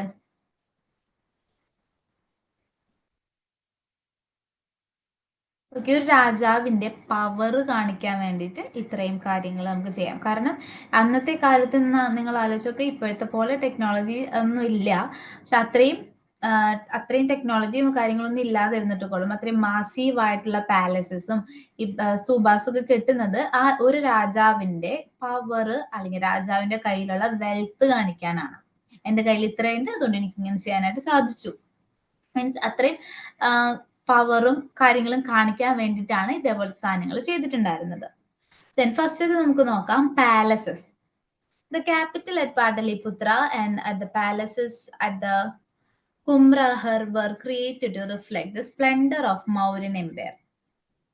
Greek historian Megasthenes described the palace of Mauryan Empire as one of the greatest creations of mankind, and Chinese traveler Fahian called Mauryan palaces as a god gifted monuments. എന്തുകൊണ്ടാണ് ഈ foreigners ഒക്കെ വന്ന് ഇങ്ങനെ പറയാൻ കാരണം? അത്രയും massive ആയിട്ടുള്ള structures ആണ് ഇവർ കെട്ടിപ്പൊക്കിയേക്കുന്നത്. അത് ഈ വെറുതെ സിമെന്റും കല്ലും വെച്ചിട്ടുള്ളതായിരിക്കില്ല. അത്രയും പ്രഷ്യസ് ആയിട്ടുള്ള സ്റ്റോൺസ്, അങ്ങനത്തെ മെറ്റീരിയൽസ്, കാർണീലിയൻ, ലാപ്പിസ് ലസൂലി എന്നൊക്കെ പറഞ്ഞ് കേട്ടിട്ടില്ലേ നിങ്ങൾ? ഐവിസിലൊക്കെ കേട്ടിട്ടുണ്ടാവല്ലോ. അതുപോലത്തെ സ്റ്റോൺസ് ഒക്കെ വെച്ചിട്ടാണ് ഇവർ ആ പാലസ് നിർമ്മിക്കുക. അത്രയും മറ്റേ എന്താ പറയാ, നമ്മുടെ കൊത്തുപണി ചെയ്യുന്ന ആൾക്കാരൊക്കെ ഉണ്ടാവുമല്ലോ, അത്രയും സ്കില്ലായിട്ടുള്ള ആൾക്കാര്, അങ്ങനത്തെ ആൾക്കാരൊക്കെ കൊണ്ടുവന്ന് അവരെ കൊണ്ട് വർഷങ്ങൾ എടുത്തിട്ടാണ് ആ പാലസസ് ഒക്കെ ഇവർ പണിയിക്കുക. സോ എന്താണ്, അവരുടെ മാസീവ് ആയിട്ടുള്ള വെൽത്തും അവരുടെ പവറും കാണിക്കാൻ വേണ്ടിയിട്ടാണ്. Persian influence. The palace of Chandragupta Maurya was inspired by the Achaemenid palaces at the Persepolis in Iran. ഇറാനിലുള്ള, അതായത് പേർഷ്യൻ ഇൻഫ്ലുവൻസ് എവിടെ ഉണ്ടായിരുന്നു? ചന്ദ്രഗുപ്ത മൗര്യയുടെ പാലസിൽ ഉണ്ടായിരുന്നു. ഓരോ റീജിയണിലും അവരുടേതായിട്ടുള്ള ടൈപ്പ് ഓഫ് ആർക്കിടെക്ചറൽ രീതിയായിരിക്കും ഉണ്ടായിരിക്കുക. നമ്മുടെ നമ്മുടെ സദേൺ ഇന്ത്യയിൽ കാണുന്ന പോലത്തെ ബിൽഡിങ്സ് ആയിരിക്കില്ല. ഇവൻ ഒക്കെ പോട്ടെ, നമ്മുടെ കേരളത്തിൽ കാണുന്ന പോലത്തെ വീടുകളാണോ തമിഴ്നാട്ടിലുള്ളത്? നിങ്ങൾ ജസ്റ്റ് ഒന്ന് കമ്പയർ ചെയ്ത് നോക്കിയേ. കേരളത്തിൽ നമ്മൾ ഈ കാണുന്ന, നമ്മുടെ ചുറ്റും കാണുന്ന പോലത്തെ വീടുകളാണോ തമിഴ്നാട്ടിൽ പോകുമ്പോൾ ഉണ്ടാവുക? സെയിം തന്നെയാണോ?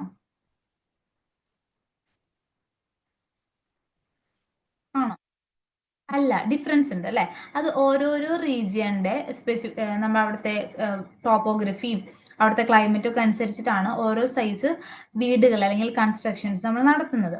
അതുപോലെ തന്നെയാണ് ഇന്ത്യയിലുള്ള പോലത്തെ വീടുകളായിരിക്കില്ല, അല്ലെങ്കിൽ ആ ടൈപ്പ് ഓഫ് ആർക്കിടെക്ചർ ആയിരിക്കില്ല വേറൊരു റീജിയനിലുള്ളത്.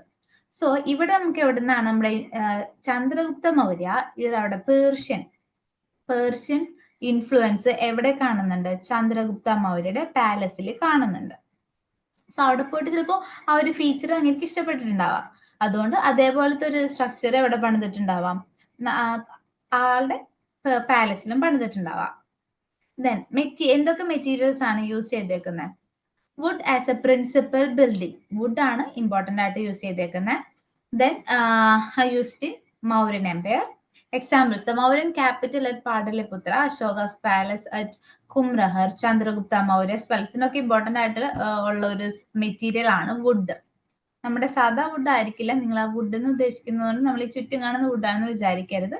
അത് കുറച്ചും കൂടി ക്വാളിറ്റിയും എന്താ പറയാ, കുറച്ച് സ്ട്രോങ് ഒക്കെ ആയിട്ടുള്ള വുഡ് ആയിരിക്കും യൂസ് ചെയ്തിട്ടുണ്ടാവുക. അതും അവര് കൊത്തുപണികളും ക്രിയേറ്റിവിറ്റി ഒക്കെ ചെയ്തിട്ട് മാസീവ് സ്ട്രക്ചർ ആക്കിയിട്ട് അത് ബിൽഡ് ചെയ്തിട്ടുണ്ടാവും. അതാണ് പാലസിന്റെ കാര്യം. ദെൻ സെക്കൻഡ് വന്നിട്ട് പില്ലേഴ്സ് ആണ്. During the reign of Ashoka, the inscriptions on pillars as a symbol of state or to commemorate battle victories assumed greater significance. Okay, pillars ആദ്യം എന്തിനാണ് യൂസ് ചെയ്തിട്ടുള്ളത്? ഇവര് യുദ്ധത്തിന് പോകുമ്പോൾ അതിന്റെ വിക്ടറി എഴുതി വെക്കാനാണ് ആദ്യം എന്ത് ചെയ്തിട്ടുള്ളത്?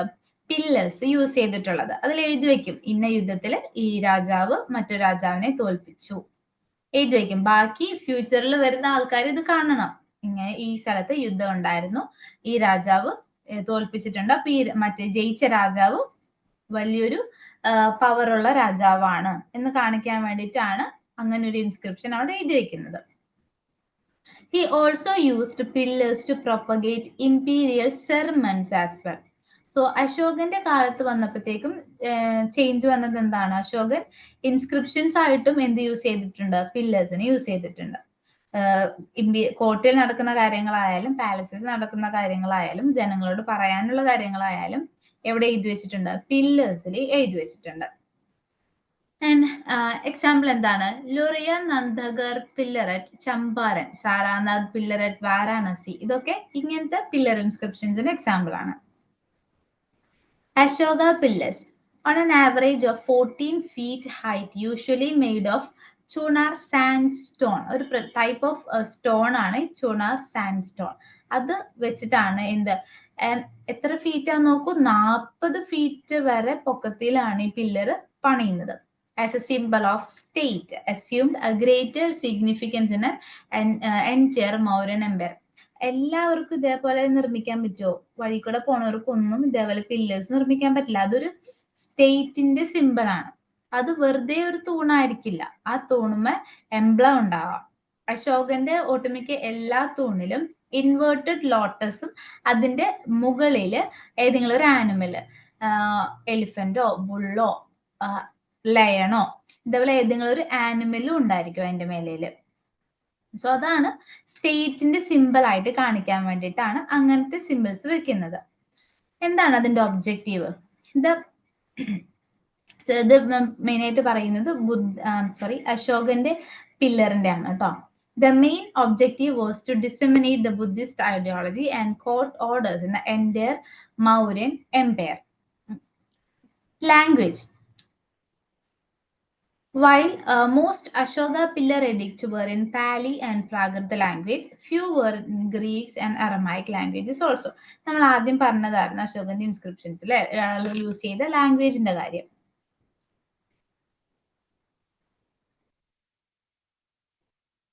ഇനി മൗര്യൻ പില്ലേഴ്സ് 4 പാർട്ടായിട്ട് തിരിക്കാം നമുക്ക്.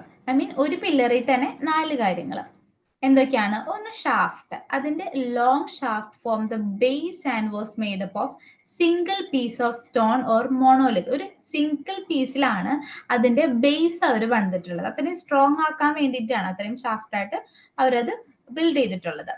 Then capital. On the top of shaft lay the capital, which was either lotus shaped or bell shaped. നമ്മൾ പറഞ്ഞത്, ഞാൻ നേരത്തെ പറഞ്ഞതാണ്, ഇൻവേർട്ടഡ് ലോട്ടസ് ആണ് അതിന്റെ മേലയില്. ഇപ്പൊ നമ്മൾ നേരെ നോക്കുമ്പോൾ ഒരു താമര തിരിച്ചു വെച്ചേക്കുന്ന പോലെ തോന്നും. ഏറ്റവും ടോപ്പില് അങ്ങനെയായിരിക്കും. And abacus. Above the capital there was a circular or a rectangular base known as abacus. ഇതിന്റെ ഈ പറയുന്ന ബെൽ ഷേപ്ഡ് അല്ലെങ്കിൽ ലോട്ടസ് ഷേപ്ഡ് ആയിട്ടുള്ള ഒരു ക്യാപിറ്റൽ, അതായത് ഇൻവേർട്ടഡ് ലോട്ടസ് നമ്മൾ തിരിച്ചു വെച്ചേക്കുന്ന ആ ഒരു സാധനത്തിന്റെ മേലയില് ഒരു റെക്ടാങ്കുലർ ആയിട്ടോ അല്ലെങ്കിൽ സർക്കുലർ ആയിട്ടോ ഈ 2 ഷേപ്പിൽ ഏതെങ്കിലും ഒരു ഷേപ്പിൽ എന്തുണ്ടാവും? ഒരു ബേസ് സെറ്റ് ചെയ്ത് വെച്ചിട്ടുണ്ടാവും. അതിന്റെ മേലയിലാണ് എന്തെങ്കിലും ഒരു ആനിമൽസിന്റെ ഒരു സ്കൾപ്ചർ കൊണ്ട് വെക്കുന്നത്. Then last part, the finial. Now, all the finial, usually animals like bull, lion, elephant, etc., are vigorous and carved standing on a square or circular abacus. ഈ പറയുന്ന സ്ക്വയറോ സർക്കുലറോ ആയിട്ടുള്ള അബാക്കസിന്റെ മുകളിലാണ് ഈ ഒരു ആനിമൽ സിംബൽ ഇവർ കൊണ്ടുവയ്ക്കുന്നത്. ഈ 4 പാർട്ടാണ് ഒരു പില്ലറിനുള്ളത്. എന്തൊക്കെയാണ്? ഒരു മോണോലിത്ത് ബേസ് ഉണ്ടാവും ഏറ്റവും അടിയില്. ദെൻ ഏറ്റവും ടോപ്പിൽ എന്തുണ്ടാവും? ഒരു inverted lotus or bell shape ഉണ്ടായിരിക്കും. അതിന്റെ മേലയില് ഒരു സർക്കുലർ ഓർ റെക്ടാങ്കുലർ ഒരു ബേസ്, അബാക്കസ് എന്ന് പറഞ്ഞിട്ടുള്ള ഒരു ബേസ് ഉണ്ടായിരിക്കും. ദെൻ അതിന്റെ മുകളിൽ ഒരു ആനിമൽ സിംബൽ ഉണ്ടായിരിക്കും. എസ്പെഷ്യലി എന്താണ്? Bull, lion, elephant etcetera. ഇത്രയായിരിക്കും ഉണ്ടായിരിക്കുക. ഞാൻ നിങ്ങള് ഏതെങ്കിലും ഒരു ഇങ്ങനത്തെ പില്ലർ കണ്ടിട്ടുണ്ടോ? എവിടെയെങ്കിലും ഫോട്ടോയിലോ നിങ്ങളെ ബുക്കിലോ എവിടെയെങ്കിലും?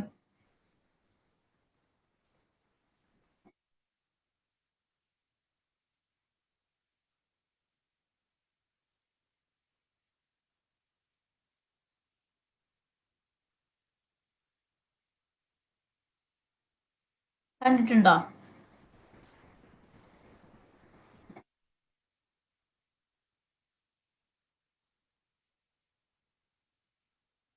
ഓക്കെ, ഈ സാധനം നിങ്ങൾ കണ്ടിട്ടുണ്ടോ നോക്കിയേ? Lion capital. അറ്റ്സ് ആരാണ്? ഐ തിങ്ക് ഇതില് പിക്ചർ ഇൻക്ലൂഡ് ചെയ്തിട്ടില്ല. ഓക്കെ,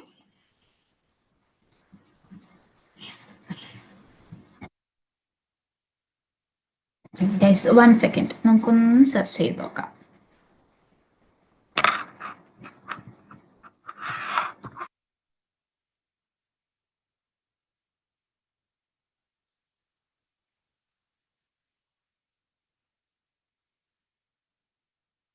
അല്ലേ? കണ്ടോ?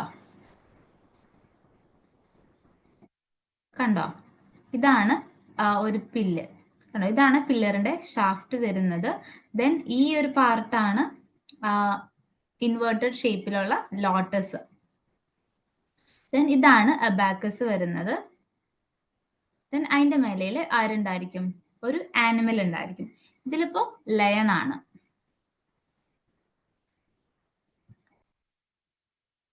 ആണ്. ഇനി ബുള്ളുണ്ട്.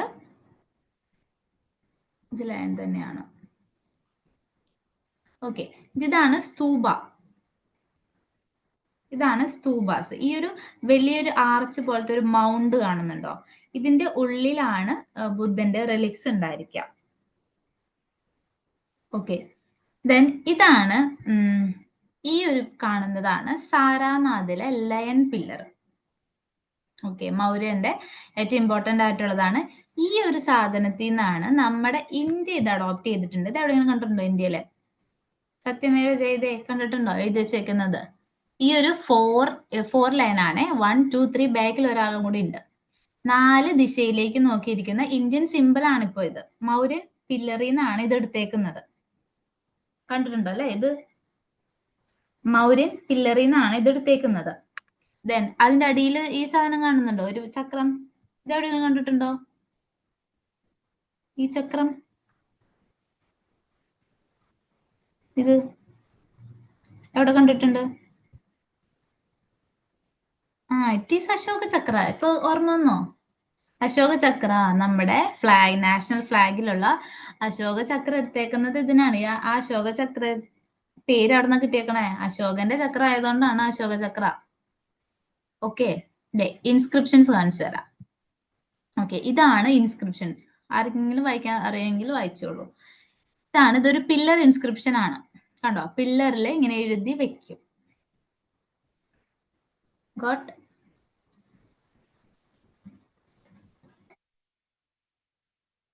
മനസ്സിലായോ? മനസ്സിലായോ? ദെൻ ഒരു കാര്യം കൂടി കാണിച്ചു തരാം. ദിസ് വൺ, യക്ഷ യക്ഷിണി നമ്മൾ പറഞ്ഞിട്ടുണ്ടായിരുന്നില്ലേ? ഇതാണ് യക്ഷിണി. യക്ഷ യക്ഷിണി. ഓക്കെ, ലയൺ ക്യാപിറ്റലോട് കോട്ടാക്ട്. ദിസ് ഈസ് യക്ഷ ആൻഡ് യക്ഷിണി. മനസ്സിലായോ? Okay, almost. ഇനിയിപ്പോ നിങ്ങൾക്ക് കാണിച്ചു തരേണ്ട കാര്യങ്ങളില്ല എന്ന് തോന്നുന്നു. ഓക്കെ, അപ്പൊ ഇത്രയും കാര്യങ്ങൾ കണ്ടപ്പോ ഏകദേശം ഒരു ഐഡിയ കിട്ടിയില്ലേ എന്താന്നുള്ളതൊക്കെ? ഐ തിങ്ക് ഇത് ഞാൻ ഉണ്ടാക്കിയ സ്ലൈഡ് അല്ല. ഐ ഗസ് മാം ഇതില് ചിത്രങ്ങൾ, ഇവരുടെ പിക്ചേഴ്സ് ഇൻക്ലൂഡ് ആക്കാൻ മറന്നുണ്ടോന്ന് തോന്നുന്നു. ഓക്കെ, അതുകൊണ്ടാണ് ഞാനിപ്പോ നിങ്ങൾക്ക് അങ്ങനെ കാണിച്ചു തന്നത്. ഇപ്പൊ ഏകദേശം മനസ്സിലായില്ലേ എങ്ങനെയാണ് ആ ഒരു പില്ലർ വരുന്നത്? ലയൺ ക്യാപിറ്റൽ കാണിച്ചു തന്നില്ലേ? നമുക്കതിന്റെ നോക്കാം. Lion capital discovered more than 100 years ago at Saranath near Varanasi is generally referred to as a Saranath Lion Capital. It is one of the finest examples of sculpture from the Mauryan period and was built by Ashoka in the commemoration of Dharma Chakra Parivartana, or the first sermon of Buddha. അതായത് ബുദ്ധന്റെ first speech എവിടെ വെച്ചിട്ടായിരുന്നു? സാരാനാഥിൽ വെച്ചിട്ടാണ്. അതിന് നമ്മൾ പറയുന്ന പേരാണ് ധർമ്മ ചക്ര പ്രവർത്തനം. ഈ സാധനത്തിന്റെ കമെമറേഷൻ ആയിട്ടാണ് ആളെന്ത് ചെയ്തേക്കുന്നത്? നമ്മുടെ അശോകൻ അവിടെ ഈ ഒരു ലയൺ ക്യാപിറ്റൽ സ്ഥാപിച്ചിട്ടുള്ളത്. നടുക്ക് കാണുന്ന ചക്രം ഈ ഒരു ഫസ്റ്റ് സെർമനെ സിമ്പിൾ ചെയ്യുന്നതാണ്. Originally it consisting of 5 components. ആദ്യം 5 components ഉണ്ടായിരുന്നു. The pillar, lotus and the drum on the bell based on the 4 animal proceeding clock vice. അതായത് ഞാൻ അശോക ചക്രം കാണിച്ചു തന്നില്ലേ? അതിന് ചുറ്റും കുറച്ച് ആനിമൽസിന്റെ പിക്ചർ കണ്ടായിരുന്നോ?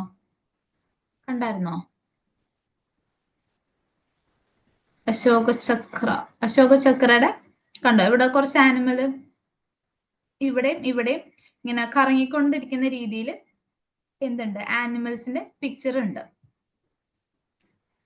Then figure of 4 majestic lions. 4 lions ഉണ്ട്. അപ്പൊ നമ്മൾ ജസ്റ്റ് ഇങ്ങനെ നോക്കുമ്പോഴത്തേക്ക് 3 എണ്ണത്തിനെ കാണുള്ളൂ. കണ്ടോ? 1 2 3. ദെൻ ഒരെണ്ണം ഇതിന്റെ ബാക്കിലും കൂടി ഉണ്ട്. അങ്ങനെ 4 majestic ലയൺസ് ആണ് ലയൺ ക്യാപിറ്റലിൽ ഉള്ളത്. Then the crowning element are chakra, നമ്മുടെ അശോക ചക്ര. Then Dharma chakra, the 5th component is said above. The large wheel was also the part of this pillar. ഇത് ഇതുമായിട്ട് കണക്ട് ചെയ്ത് കിടക്കുന്നതല്ല. ഇതിപ്പോ നിങ്ങൾക്ക് ഫോട്ടോ കാണിച്ചാൽ ഉണ്ടാവില്ല. പക്ഷെ ആ ഒരു ധർമ്മചക്ര എന്ന് പറയുന്ന ഒരു പാർട്ടും ഈ ഒരു പില്ലറിന്റെ കൂടെയാണ് നമ്മൾ പറയുന്നത്. പക്ഷെ ആ ഒരു പില്ലറിൽ നോക്കിക്കഴിഞ്ഞാൽ ആ ഒരു ധർമ്മചക്രം നമുക്ക് കാണാൻ പറ്റില്ല. However, this wheel is lying on a broken condition and is displayed on the site of museum in Saranath. ഇപ്പൊ നമ്മൾ നോക്കുകയാണെന്നുണ്ടെങ്കിൽ അത് ബ്രോക്കൺ കണ്ടീഷനിലാണ് ഇരിക്കുന്നത്. നാളെ കുറെ ആയിട്ടുണ്ടല്ലോ, അതുകൊണ്ടാണ് ഇപ്പോൾ അതെവിടെ പോയാൽ കാണാൻ പറ്റും, സാരാനാഥിൽ പോയി കഴിഞ്ഞാൽ കാണാൻ പറ്റും. The capital has four Asiatic seated back to back, and their facial muscularity is very strong. 4 Asiatic ലയൺസിനെയാണ് അതിൽ കാണിച്ചേക്കുന്നത്. അത് ബാക്ക് ടു ബാക്ക് ആയിട്ട് ഇരിക്കുകയാണ്. They symbolise power, courage, pride and confidence. ആരെങ്കിലും ലയന സീറ്റ് ചെയ്തിട്ട് പേടിയുടെ സിമ്പിൾ ആയിട്ടോ അല്ലെങ്കിൽ ഡാർക്ക്നെസിന്റെ സിമ്പിൾ ആയിട്ടോ ആരെങ്കിലും കണ്ടിട്ടുണ്ടോ ലയനെ പ്ലേസ് ചെയ്യുന്നത്? ലയൺ എപ്പോഴും ഒരു പവറിന്റെ സിമ്പിൾ ആണ്. അതുകൊണ്ട് തന്നെ 4 ലയൺസ് ഒരുമിച്ച് വന്നേക്കുന്നത് 4 ദിശയിലും അത്രയും 4 ദിശയിൽ നിന്ന് വന്നാലും അത്രയും പവർ ഉണ്ട് മൗര്യൻ സാമ്രാജ്യത്തിന് എന്ന് കാണിക്കാൻ വേണ്ടിയിട്ടാണ് 4 ലയൺസിനെ കൊണ്ട് നിർത്തിയേക്കുന്നത്. എന്തൊക്കെ കാണിക്കാനാണ്? അവരുടെ power, courage, pride, confidence. The surface of the sculpture is heavily polished, which is a typical of Mauryan period. So ഇത് ആ സമയത്തെ മൗര്യൻ ആർക്കിടെക്ചറിന്റെ എന്താണ് സ്പെഷ്യാലിറ്റി ആണ്. നമ്മുടെ സ്കൾപ്ചറിന്റെ സർഫേസ് നല്ലോണം പോളിഷ്ഡ് ചെയ്തിട്ടുണ്ടായിരുന്നു. And abacus has a depiction of chakra, 24 വീലുള്ള നമ്മുടെ Ashoka chakra in all 4 directions. എന്തൊക്കെ ആനിമൽസ് ആണ് അതിലുള്ളത്? ബുള്ളുണ്ട്, ഹോഴ്സ് ഉണ്ട്, എലിഫന്റ് ഉണ്ട്, ലയൺ ഉണ്ട്. ലയൺ മേലയിലുള്ള ലയൺ അല്ല പറയുന്നത്. ചക്രയുടെ ചുറ്റും കുറച്ച് ആനിമൽസിനെ കാണിച്ചു തന്നില്ലേ, അതിൽ ഈ 4 പേരാണുള്ളത്: ബുള്ള്, ഹോഴ്സ്, എലിഫന്റ്, ലയൺ. അപ്പൊ മൊത്തത്തിൽ നമ്മുടെ ലയൺ ക്യാപിറ്റലിൽ 5 ലയൺസ് ഉണ്ട്. മേലയിൽ 4 എണ്ണം, അടിയിൽ 1 എണ്ണം. Then each chakra has 24 spoke. ഈ 24 spoke ഈ സാധനമാണ് നമ്മൾ എവിടേക്ക് അഡോപ്റ്റ് ചെയ്തിട്ടുള്ളത്? നാഷണൽ ഫ്ലാഗിലേക്ക് അഡോപ്റ്റ് ചെയ്തിട്ടുള്ളത്. The circular abacus is supported by an inverted lotus capital. The capital without the shaft, the lotus bell and crowning wheel has been adopted as a national emblem of independent India. പക്ഷെ നമ്മൾ ഈ capital, ഈ symbol നമ്മൾ adopt ചെയ്തപ്പോൾ അതിൽ ആ ഷാഫ്റ്റും ഇല്ല, inverted ലോട്ടസും ഇല്ല. ആ ചക്ര തുടങ്ങി മേലോട്ടുള്ള ഭാഗം മാത്രമാണ് നമ്മൾ അഡോപ്റ്റ് ചെയ്തേക്കുന്നത്.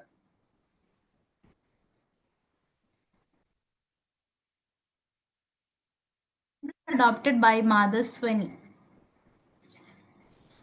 Only 3 lines are visible, the 4th being hidden from the view. അത് നമ്മൾ നേരത്തെ കണ്ടില്ല. നമ്മൾ നോക്കുമ്പോൾ എത്ര എണ്ണത്തിനെ കാണുള്ളൂ? 3 ലൈനെ കാണുള്ളൂ, പക്ഷെ ഒരെണ്ണം ബാക്കിലുണ്ട്. The abacus is also set in such a way that only 1 chakra has been seen in the middle, with the bull on the right and the horse on the left. നമ്മൾ ഇങ്ങനെ നോക്കുമ്പോഴത്തേക്കും ഒരു ചക്രയല്ലേ കാണുന്നുള്ളൂ, പക്ഷെ ഇത് 4 സൈഡിലും ചക്രയുണ്ട്. ഇവിടെ ഒരെണ്ണുണ്ട്, ഇവിടെ ഒരെണ്ണുണ്ട്, ഇവിടെ ഒരെണ്ണുണ്ട്, പിന്നെ ബാക്കിലും ഉണ്ട്. പക്ഷെ നമുക്കത് കാണില്ല. ഇവിടെ നോക്കുമ്പോഴത്തേക്കും 3 ലൈൻസിനെ കാണുന്നുള്ളൂ, ബാക്കിൽ ഒരാളും കൂടി ഉണ്ട്. അതുപോലെ ഫ്രണ്ട് വൈസ് നോക്കുവാണെങ്കിൽ ഒരു ചക്രയുടെ റൈറ്റ് സൈഡിൽ ബുള്ളും ഉണ്ട്, ദെൻ ലെഫ്റ്റ് സൈഡിൽ ആരുണ്ട്? ഹോഴ്സ് ഉണ്ട്. ഓക്കെ, ഇവിടെ രണ്ടുപേരും ബാക്കിൽ ആരായിരിക്കും ഉണ്ടായിരിക്കും? അപ്പോ 4 പേര് വന്നിട്ടുണ്ടായിരുന്നല്ലോ നമ്മള്. ബാക്കിൽ ഇപ്പൊ ആരായിരുന്നിട്ടുണ്ടായിരിക്കും? ഇവിടെ ഹോഴ്സും ബുള്ളും ഉണ്ട്. ദെൻ അപ്പൊ ബാക്കിൽ ആരായിരിക്കും? ബാക്കിൽ 2 പേര്, ലയൺ പ്ലസ് ഒരാളും കൂടി ഉണ്ടല്ലോ, എലിഫന്റ്. ഇവരെ നമുക്ക് പ്രത്യക്ഷത്തിൽ കാണാൻ പറ്റില്ല, പക്ഷെ ബാക്കിൽ അവരുണ്ട്. Then lion capital has also been found at Sanchi. നമ്മുടെ ഈ സാരാനാഥിൽ മാത്രമല്ല സാഞ്ചിയിലും ഉണ്ട്. പക്ഷെ it is in a dilapidated condition. നമുക്ക് ഇത്ര കാണുന്ന ഫോർമേഷൻ അതിനില്ല, അത്രയും നശിച്ചിട്ടുണ്ട്. A pillar found at Vaishali is facing towards the north, which is the direction of Buddha. And ഇതേപോലെ വേറൊരു സാധനം ഉണ്ട്, വൈശാലിയിൽ ഒരു പില്ലർ ഫൗണ്ട് ചെയ്തിട്ടുണ്ട്. അതിന്റെ ഒരു പ്രത്യേകത എന്താന്ന് വെച്ചാല് അതിലുള്ള ആനിമല് നോർത്തിലേക്കാണ് ഫേസ് ചെയ്തിരിക്കുന്നത്. ആ ഡയറക്ഷൻ എന്തിനാണ് സൂചിപ്പിക്കുന്നത്? ബുദ്ധനെ സൂചിപ്പിക്കുന്നതാണ് ഡയറക്ഷൻ. ഈ ഓൾമോസ്റ്റ് എല്ലാ പില്ലേഴ്സും അല്ലെങ്കിൽ ഈ സ്തൂപാസ് ഒക്കെ കണക്റ്റഡ് വിത്ത് ബുദ്ധിസം. ഓക്കെ, ബുദ്ധിസത്തുമായിട്ട് ബന്ധപ്പെട്ടേക്കുന്നതാണ്. അത് ബുദ്ധയുടെ ലാസ്റ്റ് വോയേജ് ആണ് ആ ഒരു വൈശാലിയിലെ പില്ലർ നോക്കുന്നത്. നമ്മുടെ ഈ സാരാനാഥിലാണെന്നുണ്ടെങ്കിൽ ബുദ്ധയുടെ ഫസ്റ്റ് സെറിമൺ ആണ്. ഓക്കെ, ഇത്രയാണ് ഇമ്പോർട്ടൻ്റ് ആയിട്ട് ഇപ്പൊ നിങ്ങൾ അറിഞ്ഞിരിക്കേണ്ട മൗര്യൻ ആർട്ട്. എന്തെങ്കിലും ഡൗട്ട് ഉണ്ടോ?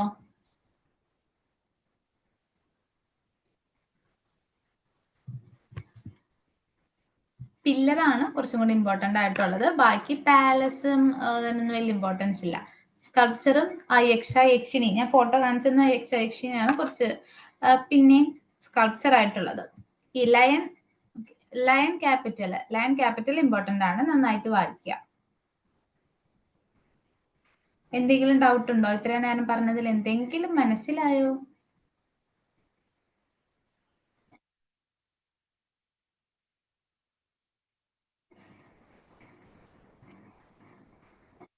പിക്ചർ കണ്ടപ്പോൾ നിങ്ങൾക്ക് ഏകദേശം ഒരു ഐഡിയ കിട്ടിയില്ലേ എന്താണെന്നുള്ളത്?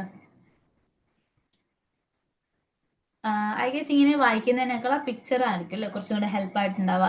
ഞാൻ മാമിന്റെ അടുത്ത് പറയാട്ടോ കുറച്ചും കൂടെ പിക്ചർ ഇൻക്ലൂഡ് ചെയ്യാനായിട്ട്. ശരിക്കും മാം ആയിരുന്നു നിങ്ങൾക്ക് എടുക്കേണ്ടിയിരുന്നത്. മാമിന് കുറച്ച് ഇത് വന്നപ്പോഴാണ് ഞാൻ എടുത്തത്. ഇപ്പൊ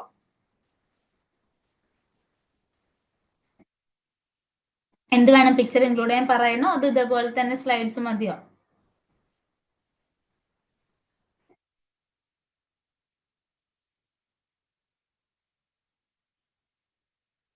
പിക്ചർ വേണം അല്ലേ?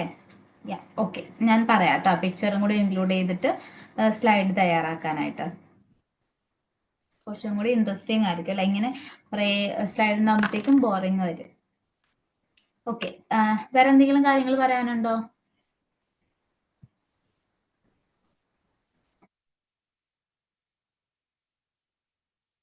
സ്ലൈഡ് ഗ്രൂപ്പിൽ ഷെയർ ചെയ്യാം കേട്ടോ. ഇത് കഴിയുമ്പോഴത്തേക്കും അപ്പൊ തന്നെ ഷെയർ ചെയ്തേക്കാം. വേറെ എന്തെങ്കിലും കാര്യങ്ങളുണ്ടോ?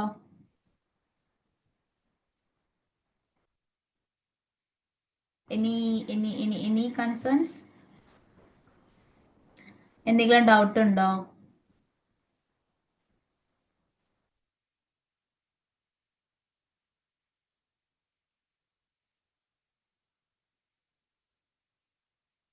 ഇല്ലാന്നാണോ ഉണ്ടെന്നാണോ? ആരൊന്നും പറയുന്നില്ലല്ലോ.